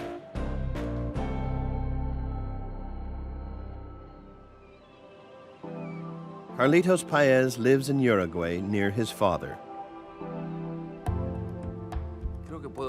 At 53 years of age, I am lucky to still have my father alive and active. To be able to share a sunset, the same sunset we have always shared. To be able to share these moments and continue to share this story that will forever be a part of our lives. It's true that nothing is impossible if you fight with passion. I believe that the intent is more important than the outcome. But in order to succeed, you must try. Nando is a successful businessman living in Montevideo with his wife and children. Yo creo que siempre me gustó estar vivo. Tal vez esta experiencia me dio la... Maybe this experience has allowed me to enjoy things I never enjoyed before. I enjoy the present. The past is past. The future is not here yet. And so I enjoy the present very much because I sincerely believe that I don't know what's going to happen tomorrow. People often live in the future, think of the future. I think of today. Today is the most important day of my life.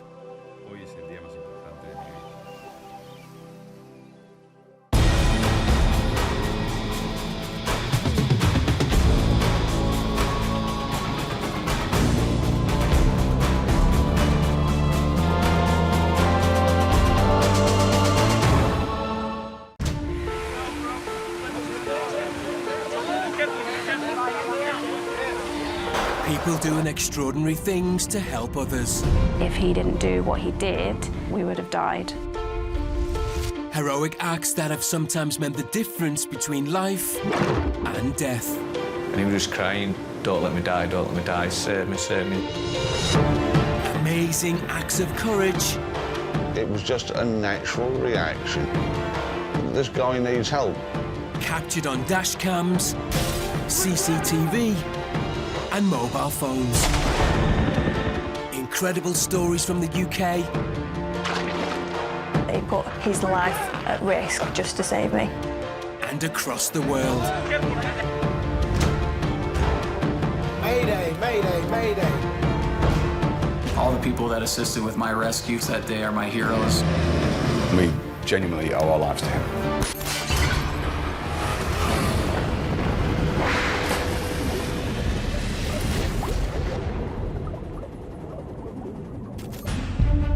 Today on Saved on Camera. In Indonesia, an Australian family's vehicle starts to disappear into a sinkhole. I just yelled to Muggy, get out of the car. Get out and get Sebastian out. With their 2-year-old strapped in the back, they have only seconds to try and escape. I said to Michael, you need to get out of the car. You need to get out of the car fast.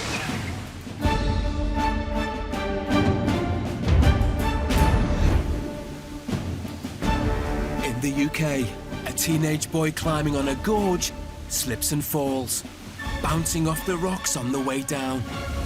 It was obvious straight away that he wasn't okay and that he'd hurt himself. The rescue services are on the way. But he's lying at the bottom of a remote location, and it's gonna be difficult to get him out. He could have bled to death, and there would have been little that we could have done for him at that point. In Western Australia, a manta ray has been injured by fishing gear, making it vulnerable to prey, unless it can be saved quickly. I knew that she was going to pull away pretty quick once I got hold of him, so I knew there was only one shot at her. And in the UK, a man loses control of his van after having a stroke on a busy dual carriageway.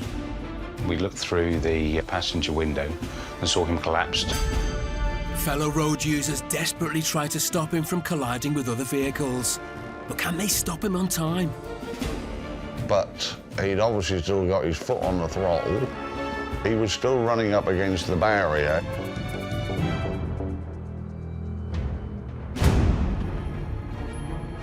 A young Australian family lose everything as the ground opens up beneath them. I just yelled to Muggy, get out of the car. Get out and get Sebastian out. I just jumped and did what he said.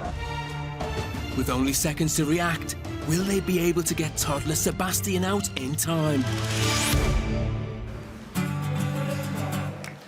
The Rule family from Australia are on the adventure of a lifetime. My wife, Muggy, and my son, Sebastian, and I are currently travelling through Indonesia on a long-term overland journey from Australia to the UK. Back home in Australia, we were both marine scientists. We both have PhDs and spent way too many years studying, so we decided we needed a change. Having left their old lives behind, they jumped in their Jeep and hit the road with a toddler in tow. Sebastian is just under 2 years old now. He's got a really adventurous spirit, and we have a really good time showing him the world.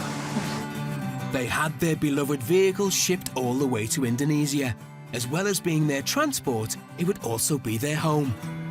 Back in December, we left Australia and flew to Timor-Leste. We drove across the border into Indonesia and visited a range of islands through there: Sumba, Flores, Sumbawa, Lombok, Bali, and now we're in Java.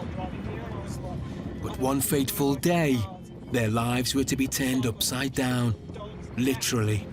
We'd been camping up in the mountains outside Yogyakarta, and we were just coming down from there to get some lunch and to pick up our new visas from the immigration. Their route saw them run into roadworks and more danger than they could ever have imagined. It was crawling, so we were moving quite slowly. And just to the driver's side of the car, there was a long concrete barricade with a metal fence on top of it that we couldn't see through. And then all of a sudden the metal and concrete barricade next to the car started shaking. I just felt a really strange lurch to the side. I just yelled to Muggy, get out of the car. Get out and get Sebastian out. And I didn't even think, I just jumped and did what he said. Jumped out, raced around, grabbed Sebastian out. I was relieved to have Sebastian in my arms. Margie had managed to save their toddler just in time, but Michael was still in the vehicle. I felt like I probably shouldn't move, or I might sort of change the weight of the car. I could see that it was teetering right on the edge and how scary it was. And that was when I raced back and said to Michael, you need to get out of the car, you need to get out of the car fast. With the ground falling beneath them, they were just seconds away from disaster. It was about 7 to 10 seconds he had to get out of the car. Turned around and our car literally fell in the hole. And theirs wasn't the only vehicle lost in the collapse. We could see the truck behind us had gone in and that we were actually people in that truck. It wasn't until then that we sort of realised, wow, we actually got out of there in time. But the relief of escape soon turned back to panic as reality set in. It was just utter devastation, watching our whole world in our home just tumble into the hole. I mean, everything we own, our entire lives are in that car. And we didn't have our shoes on, we didn't have our phones or our wallets or anything at all. Poor little Sebastian doesn't even have any clean nappies or dummies or anything. It's all inside the car. We're just thinking that this was the end of our trip and that we weren't going to be able to continue. Luckily for the stranded family, the local community rallied round, recovering their vehicle and providing some much-needed support. And the incident hasn't dampened the spirit of the Rule family. We're currently waiting for parts to be shipped in and then we can get going again. It'll put us back a couple of months, but yeah, we're going to get back on the road as soon as we can.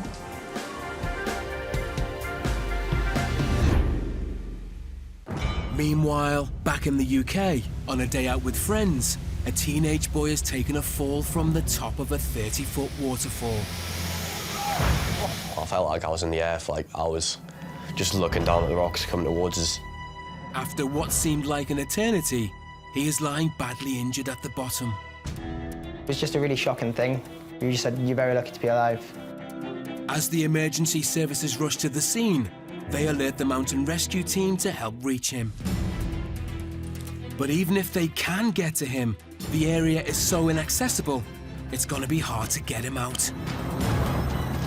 We were concerned that the helicopter might not be able to winch from the location. There was a sense of urgency to move Harry up the slope so he could be airlifted as soon as possible. The Weatherhead family live in Stocksfield in the UK and are all lovers of the great outdoors. It's like what I was saying, man, honestly, it's just, you like to be on the go all the time. You wouldn't have the patience. Mum Katie and Dad Martin have 3 children, including their youngest, 17-year-old self-confessed daredevil, Harry. Harry's really fun to be around. He makes us laugh a lot.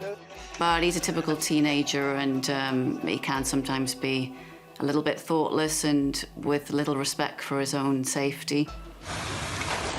My friends would probably describe us as quite stupid. Maybe, you know, a bit of a local legend, who knows.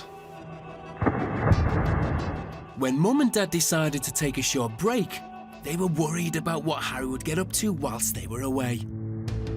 So we'd booked to go away for the night. We were just about to leave the house and the 2 boys were rushing in, gathering their stuff together to go down to the river with their friends because it was a lovely day. And my heart is always in my mouth a little bit when I hear that they're going to the river. She even asked Harry not to go because we just wanted the night away without having to worry about if they were going to be all right. A group of 15 of them, including Harry's friend Will, set off for local beauty spot Cramell Lynn. It's really impressive. You drive through the moors and then you park your car and it feels like you're just in a field. And you walk for about 10 minutes and there's this big gorge. And all of a sudden there's this big pool where there was quite a few people swimming there. And we had barbecues and all sorts. Sun was shining on the pool. Yeah, it was really nice. About halfway up the waterfall, there was a platform. People were jumping off. I did a few jumps off there, a few flips and that. It was quite easy to jump off. Well, I was getting a bit bored. I'd already jumped off the bottom bit like 3 or 4 times. So I was like, all right, okay, I'm going to climb to the top. And I was already at the top, so I was like, there's only one way down, really. You had to climb up and get in the river about 10 metres before the actual waterfall. And normally you can walk over dry rocks to the very edge. But because it had rained recently, there was water on those rocks, so the rocks were really slippy. But that didn't deter Harry in his quest for excitement. So I had to keep on, like, getting on all fours and, like, crawling across, because otherwise you just would have slipped and probably got dragged away by the water. Harry was up there, slipping on this slippy rock, and we were all kind of scared for him and worried.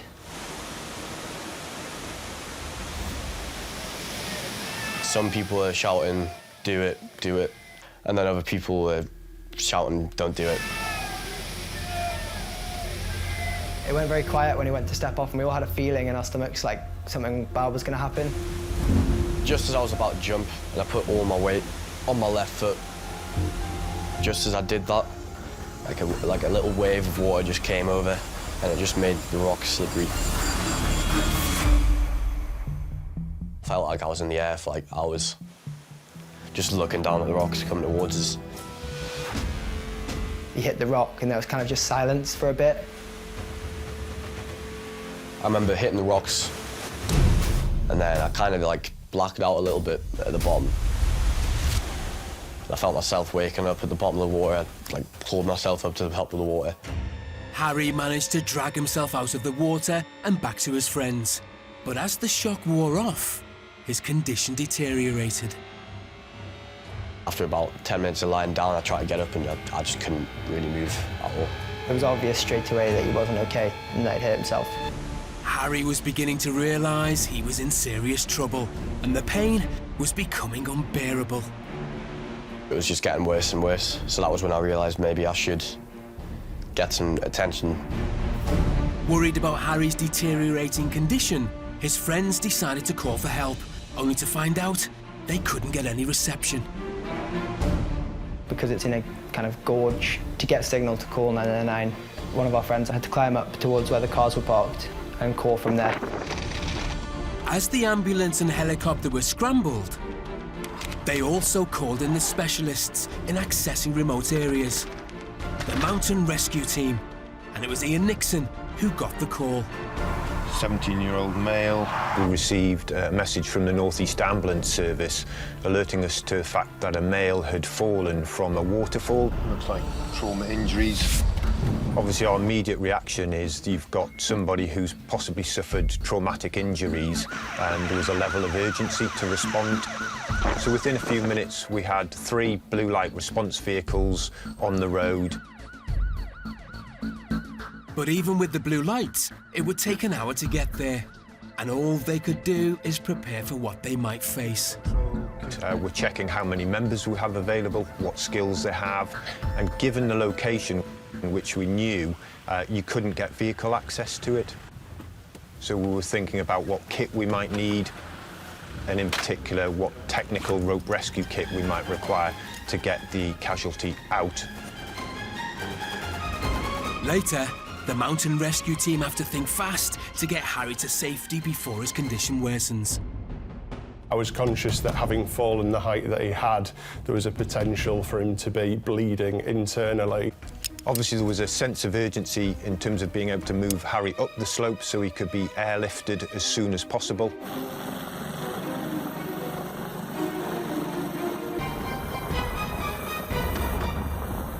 And as we were moving, Harry started to develop worsening pain up in the right-hand side of his upper abdomen.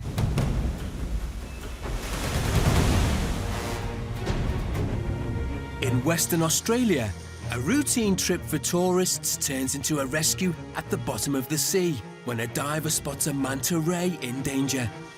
Now I noticed straight away the gang hook, which is a series of 3 hooks together, pretty much right next to her eye.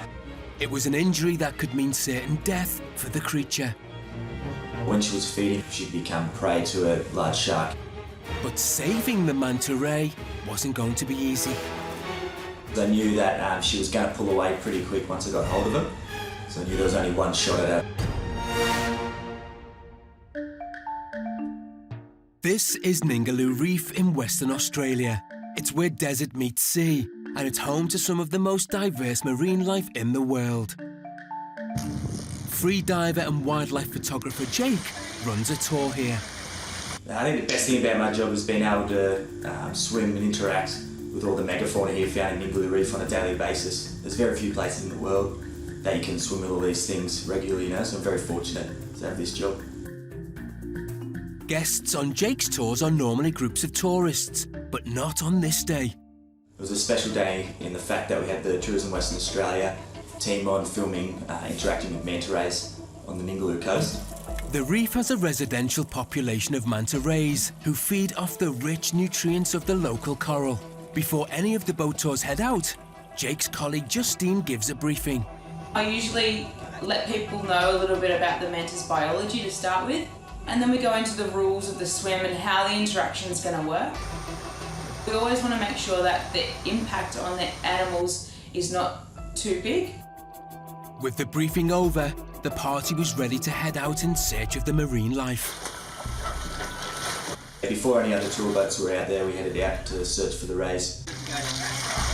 We happened to come across the ray right near a known cleaning station.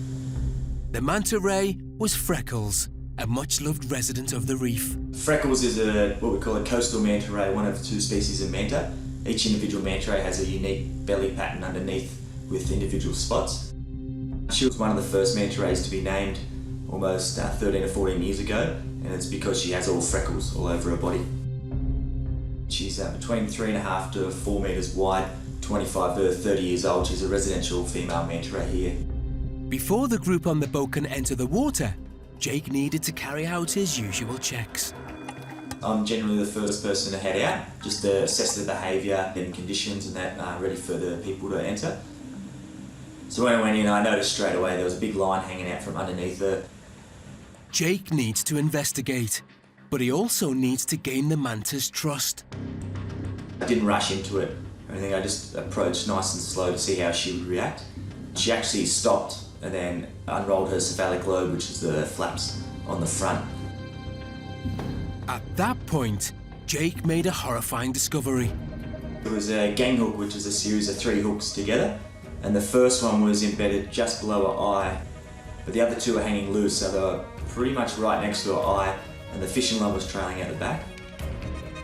And if it got hooked on anything, or when she was feeding, skimming the bottom, she'd become prey to a large shark. If they hadn't got the good eyesight, then they'd probably get eaten quite quickly, without their defence. Being so close to a vulnerable area, I wasn't sure whether we'd be able to get it out or not. Jake must take his time. He rose to the surface to get colleague Justine to help. Jake gave me his camera and he went to try and get the hooks out. The most difficult part was just getting close enough. She was very apprehensive because the hooks were right next to her eye. So we had to keep trying and just going slow and letting her get used to our presence and gain her trust. There's not many people like him that are so calm and collected in the water and willing to spend the time to make sure that Freckles gained his trust. We swam with her for probably 15 minutes before we attempted any rescue.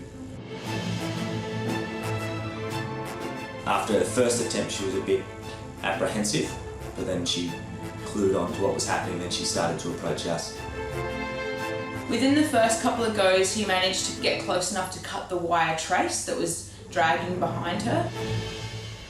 Free divers don't use oxygen tanks and can only stay under for several minutes, so Jake needs to keep rising to the surface for more air. We had to keep trying, just going slow. I knew Jake was getting closer and closer every time. I was just hoping that he could get the hooks out. I knew that that's what she wanted. She kept swimming right next to him, and it was sort of an indication that she wanted him to get them out. So I used a pair of pliers because I knew that she was going to pull away pretty quick once I got hold of him. And the last thing I wanted to do was to get hooks in my hand as well. Armed with the pliers, Jake knew he only had a small window of opportunity. I knew I was only going to have one attempt because once you grab hold of something like that that's embedded in their body, it was going to be very painful. I knew I had to get a good grip to get them out. After 30 minutes, Jake was beginning to tire, having made 8 dives to try and help Freckles. When we went down to attempt, I didn't rush into it. From Jake's perspective, he just stayed really calm in the water and there was no sudden movements. He didn't want to scare her at all. He knew he must act. It was now or never. You could see it was painful because she flinched and pulled away. She was quite startled.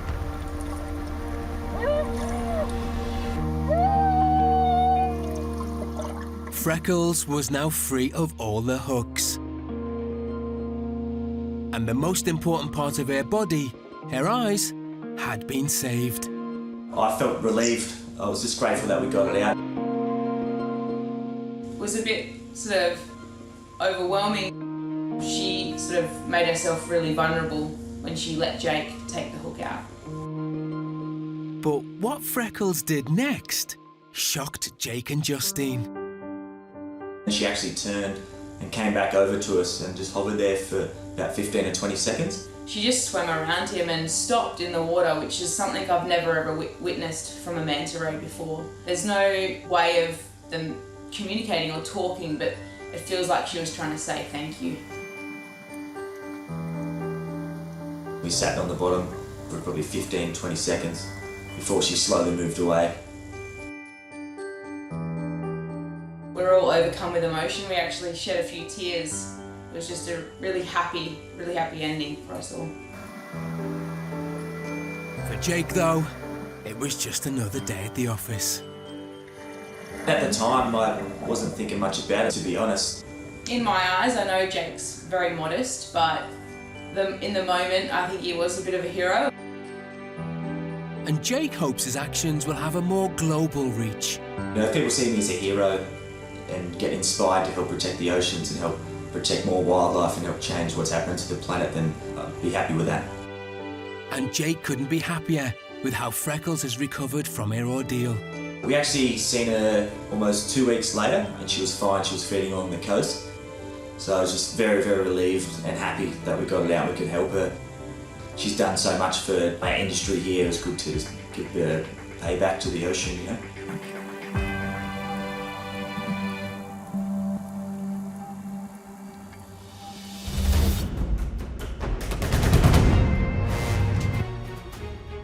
In the UK, a van driver suffers a stroke behind the wheel on a busy dual carriageway, losing control of his vehicle. The guy had collapsed at the wheel and was totally unconscious. Passing drivers try to help, but can they reach him in time before he runs into other traffic? The van would have veered into the oncoming traffic, which could have been catastrophic.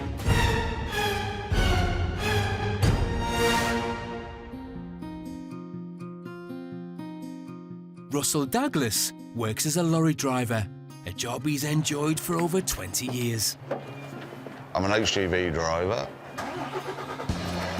And I deliver agricultural machinery around the local area. His experience and skills are vital in safely handling his lorry, which can weigh up to 44 tons fully loaded. It's predicting what you think the car is going to do beside you. It's preempting what the other person is going to do. And these skills were to be put to the test when Russell was driving his lorry along the A47 near Dereham in Norfolk. As I pulled onto the piece of dual carriageway, I just noticed the erratic behaviour of several cars in front of me, all pulling from the fast lane and diving into the near side lane. And then there was this van running up against the central reservation, being shadowed by one other car. The whole incident was captured on a passing lorry's dashcam. Renato Notariani was the driver of the car alongside the van. It was extremely busy. It was a Friday afternoon. Myself and my friend Tom were travelling back from a funeral that we attended in Kings Lynn. It was Tom who noticed a van driver who was in front of us, who actually came from the left-hand lane of a dual carriageway and veered across all the way to the right-hand lane and started slowing down. So we thought it was a bit bizarre. What's happened to him up in front? I was driving, so I pulled up beside the van. We looked through the passenger window and saw him collapsed. The man had suffered a stroke while driving and was now unconscious in the fast-moving vehicle. But these passers-by were determined to at least try and save him. My initial thoughts were to pull in front of him and try and stop his vehicle with my vehicle. However, when we looked up the lorry in front of us, the driver indicated to us that he was aware of what was going on and he was going to intervene. Russell had managed to pull alongside the van and had a unique viewpoint to assess the situation more closely. I could see that the guy had collapsed at the wheel and was totally unconscious, but he'd obviously still got his foot on the throttle, The other two guys in the other car, they were obviously shadowing him. And I thought, well, they need some help in controlling this situation, and I was in the perfect vehicle. You spend so long sat in these vehicles, they become like an extension of your own body. You know exactly where every part of that vehicle is at all times. Russell's experience and quick thinking saw him try a brave but potentially dangerous move with his lorry. I undertook, got in front of him, and then was just kept watching him in the mirror. He was still running up against the barrier, then just nipped him up against the barrier. Just a tiny little manoeuvre, so his van, the barrier and my trailer all came in contact at the same speed, at the same time, and just then put the brakes on and brought him to a stop. Tom had jumped out the passenger side of my vehicle while I was still rolling and ran over to the van. I must admit, it was extremely clever. You couldn't have got him in a better place because the bed of the lorry was exactly the correct size as such to bring the van to a stop. What Russell did was amazing, absolutely amazing. The only problem was, once we got him to a stop, the van is then trapped between the barrier and the trailer, and we can't get the doors open. With time now critical following his stroke, will the men be able to reach the driver to get him the medical help he needs?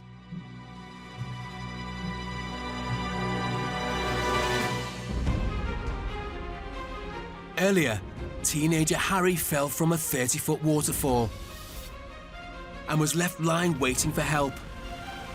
But being in a remote location meant any rescue attempt would take time. We were all down by the pool, and we looked up and saw the first paramedics coming down. Finally, after an hour, the rescue services managed to reach Harry, including the doctor from the Northumberland National Park Rescue Team, Philip O'Donnell. As I approached Harry, I could see that he was quite pale. I could see that he was awake and looking around, which was reassuring. So I was concerned about the right side of his chest. He was obviously in quite an amount of pain and was struggling to take a good deep breath. I was conscious that having fallen the height that he had, there was a potential for him to be bleeding internally.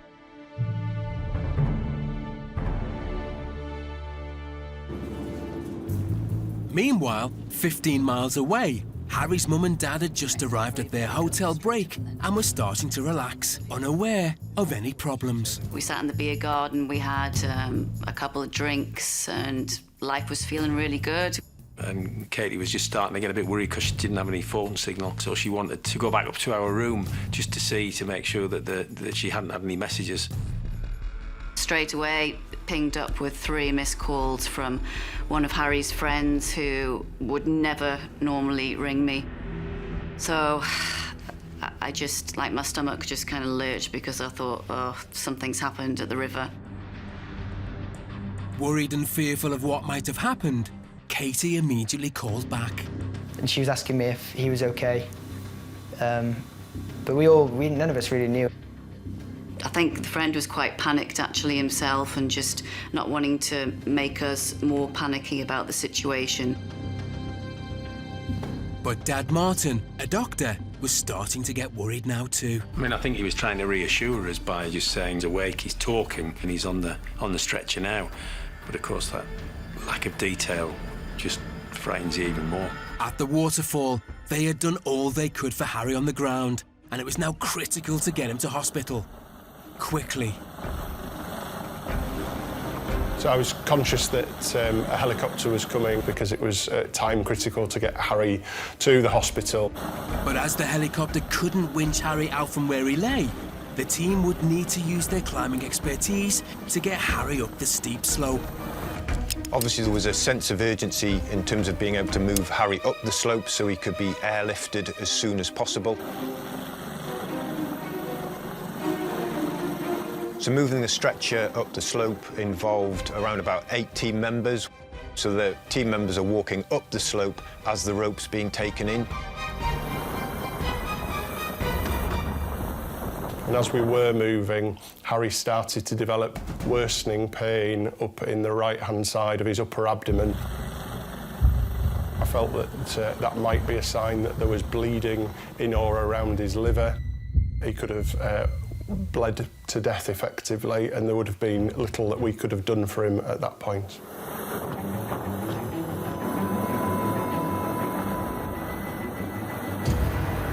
About an hour's passed now. The winchman's down by the stretcher, and we've got a couple of team members who are going to use a system called a high line. Essentially, that stops the stretcher from spinning as it's lifted into the helicopter.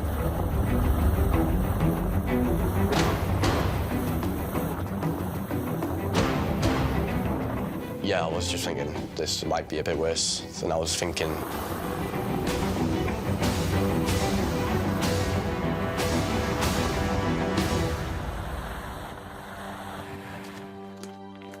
As Harry was rushed to hospital, his parents wanted to get there to meet him.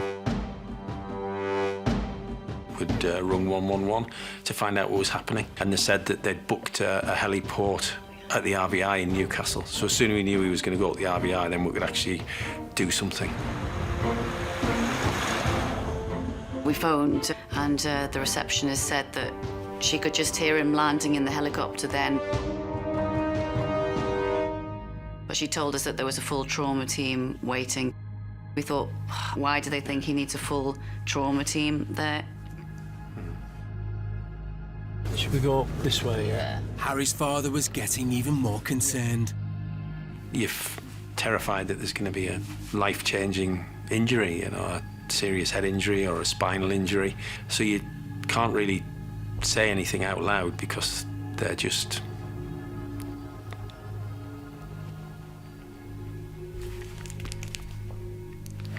you know, it's just...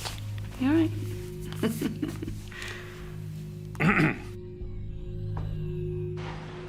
As they arrived at the hospital, they rushed in looking for news of their son. Yeah, well, when they took us through to the relatives' room, you really think that something awful's happened. A nurse came out and she said, look, the doctor, he can't find any really serious issues. There's no internal bleeding, no spinal damage, looks like no brain damage, because we didn't actually realise that he had hit his head in the fall. Even though the news was good, they still had to wait 2 long hours before they could see him. It seemed a long time to wait, but then when we went through to see him, and yeah, it was the same old Harry with a smile on his face. He was just acting as though nothing had happened. A natural teenager, like the first question he asked, where's my phone? Which we didn't have. We didn't have for him. It was with one of his friends, so he borrowed mine just to quickly get in touch with some of the friends that had been there that day, just to reassure them that he was okay. Said he'd got a broken wrist, but other than that, he was just about okay. And that's when we kind of, all relaxed a bit. After a few days in hospital, that eventually they realised it was just my wrist that had actual damage on the bone. The shoulder and hip was just sort of muscle damage, soft tissue damage. I don't think anybody could believe it, like the doctors at the hospital, the people that helped him on the day. No one could believe that he was lucky enough to escape that with just essentially a broken wrist. I think I was just really lucky with the way I fell on the rocks, really. I think that's all it comes down to. I mean, so many people have more minor falls and get far worse outcomes. So we're just incredibly grateful.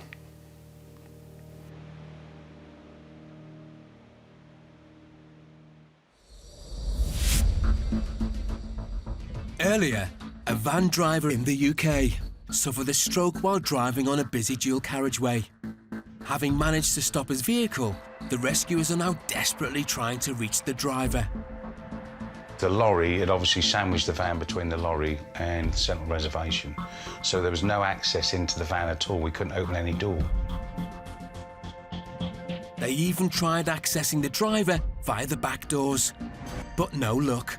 Reaching him was looking impossible. Tom initially tried to break the windscreen to get in and couldn't. Luckily, other drivers had noticed the unfolding drama and stopped to help.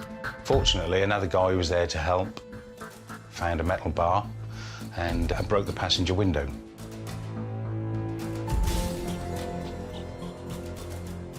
One of the guys then climbed in, manoeuvred the fellow so we could get hold of his arms, and we pulled him out through the passenger side window and laid him on the back of my trailer. Yes, hello, ambulance, please. Despite being safely out of his van, the man was still unconscious. So Renata wasted no time in calling the emergency services. No, he's not conscious at all. Both myself and Tom are first aid trained. We have to be through our job. There was no reactions from him, there was no movement. He was just literally a dead weight. His breathing's okay as well. Yeah, Tom, is it? He was breathing. However, we were unsure whether he would deteriorate and potentially whether we could lose him.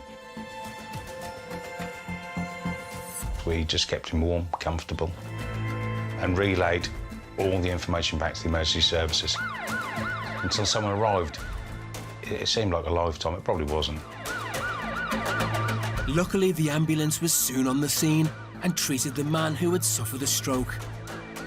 But it was thanks to the rescuer's quick thinking and bravery that he survived and went on to make a full recovery.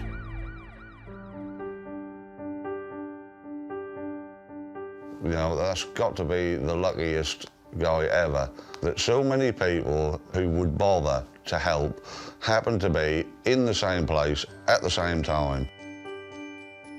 I mean, whoever would have thought the safest place to have a medical issue is driving in the fast lane of a dual carriageway at speed. Central reservation, which was actually keeping him from veering off anywhere else. A mile and a half down the road, that central reservation stopped. The van would have veered into the oncoming traffic in the dual carriageway, which could have been catastrophic. So yeah, Russell's actions were fantastic. I think what he did was phenomenal. And for the humble heroes, it's a day none of them will forget in a hurry. I'm not trying to dismiss what we've done as being extremely easy. There was no thought process. It was just a natural reaction. This guy needs help. Everybody was equally as much of a hero. I mean, I've been classed a hero. I don't look at it that way myself. It was a pretty emotional day. Obviously, heading back from a funeral of a friend of ours. And then ending the day, I suppose, saving somebody's life. Very emotional day.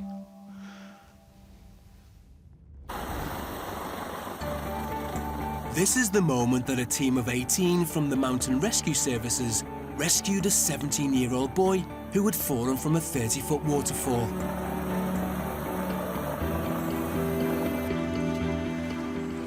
Two months later, Harry and his parents have gone to the Mountain Rescue Centre. Hello, Harry, nice to meet you. Hello. To meet up for the first time with the team who saved him.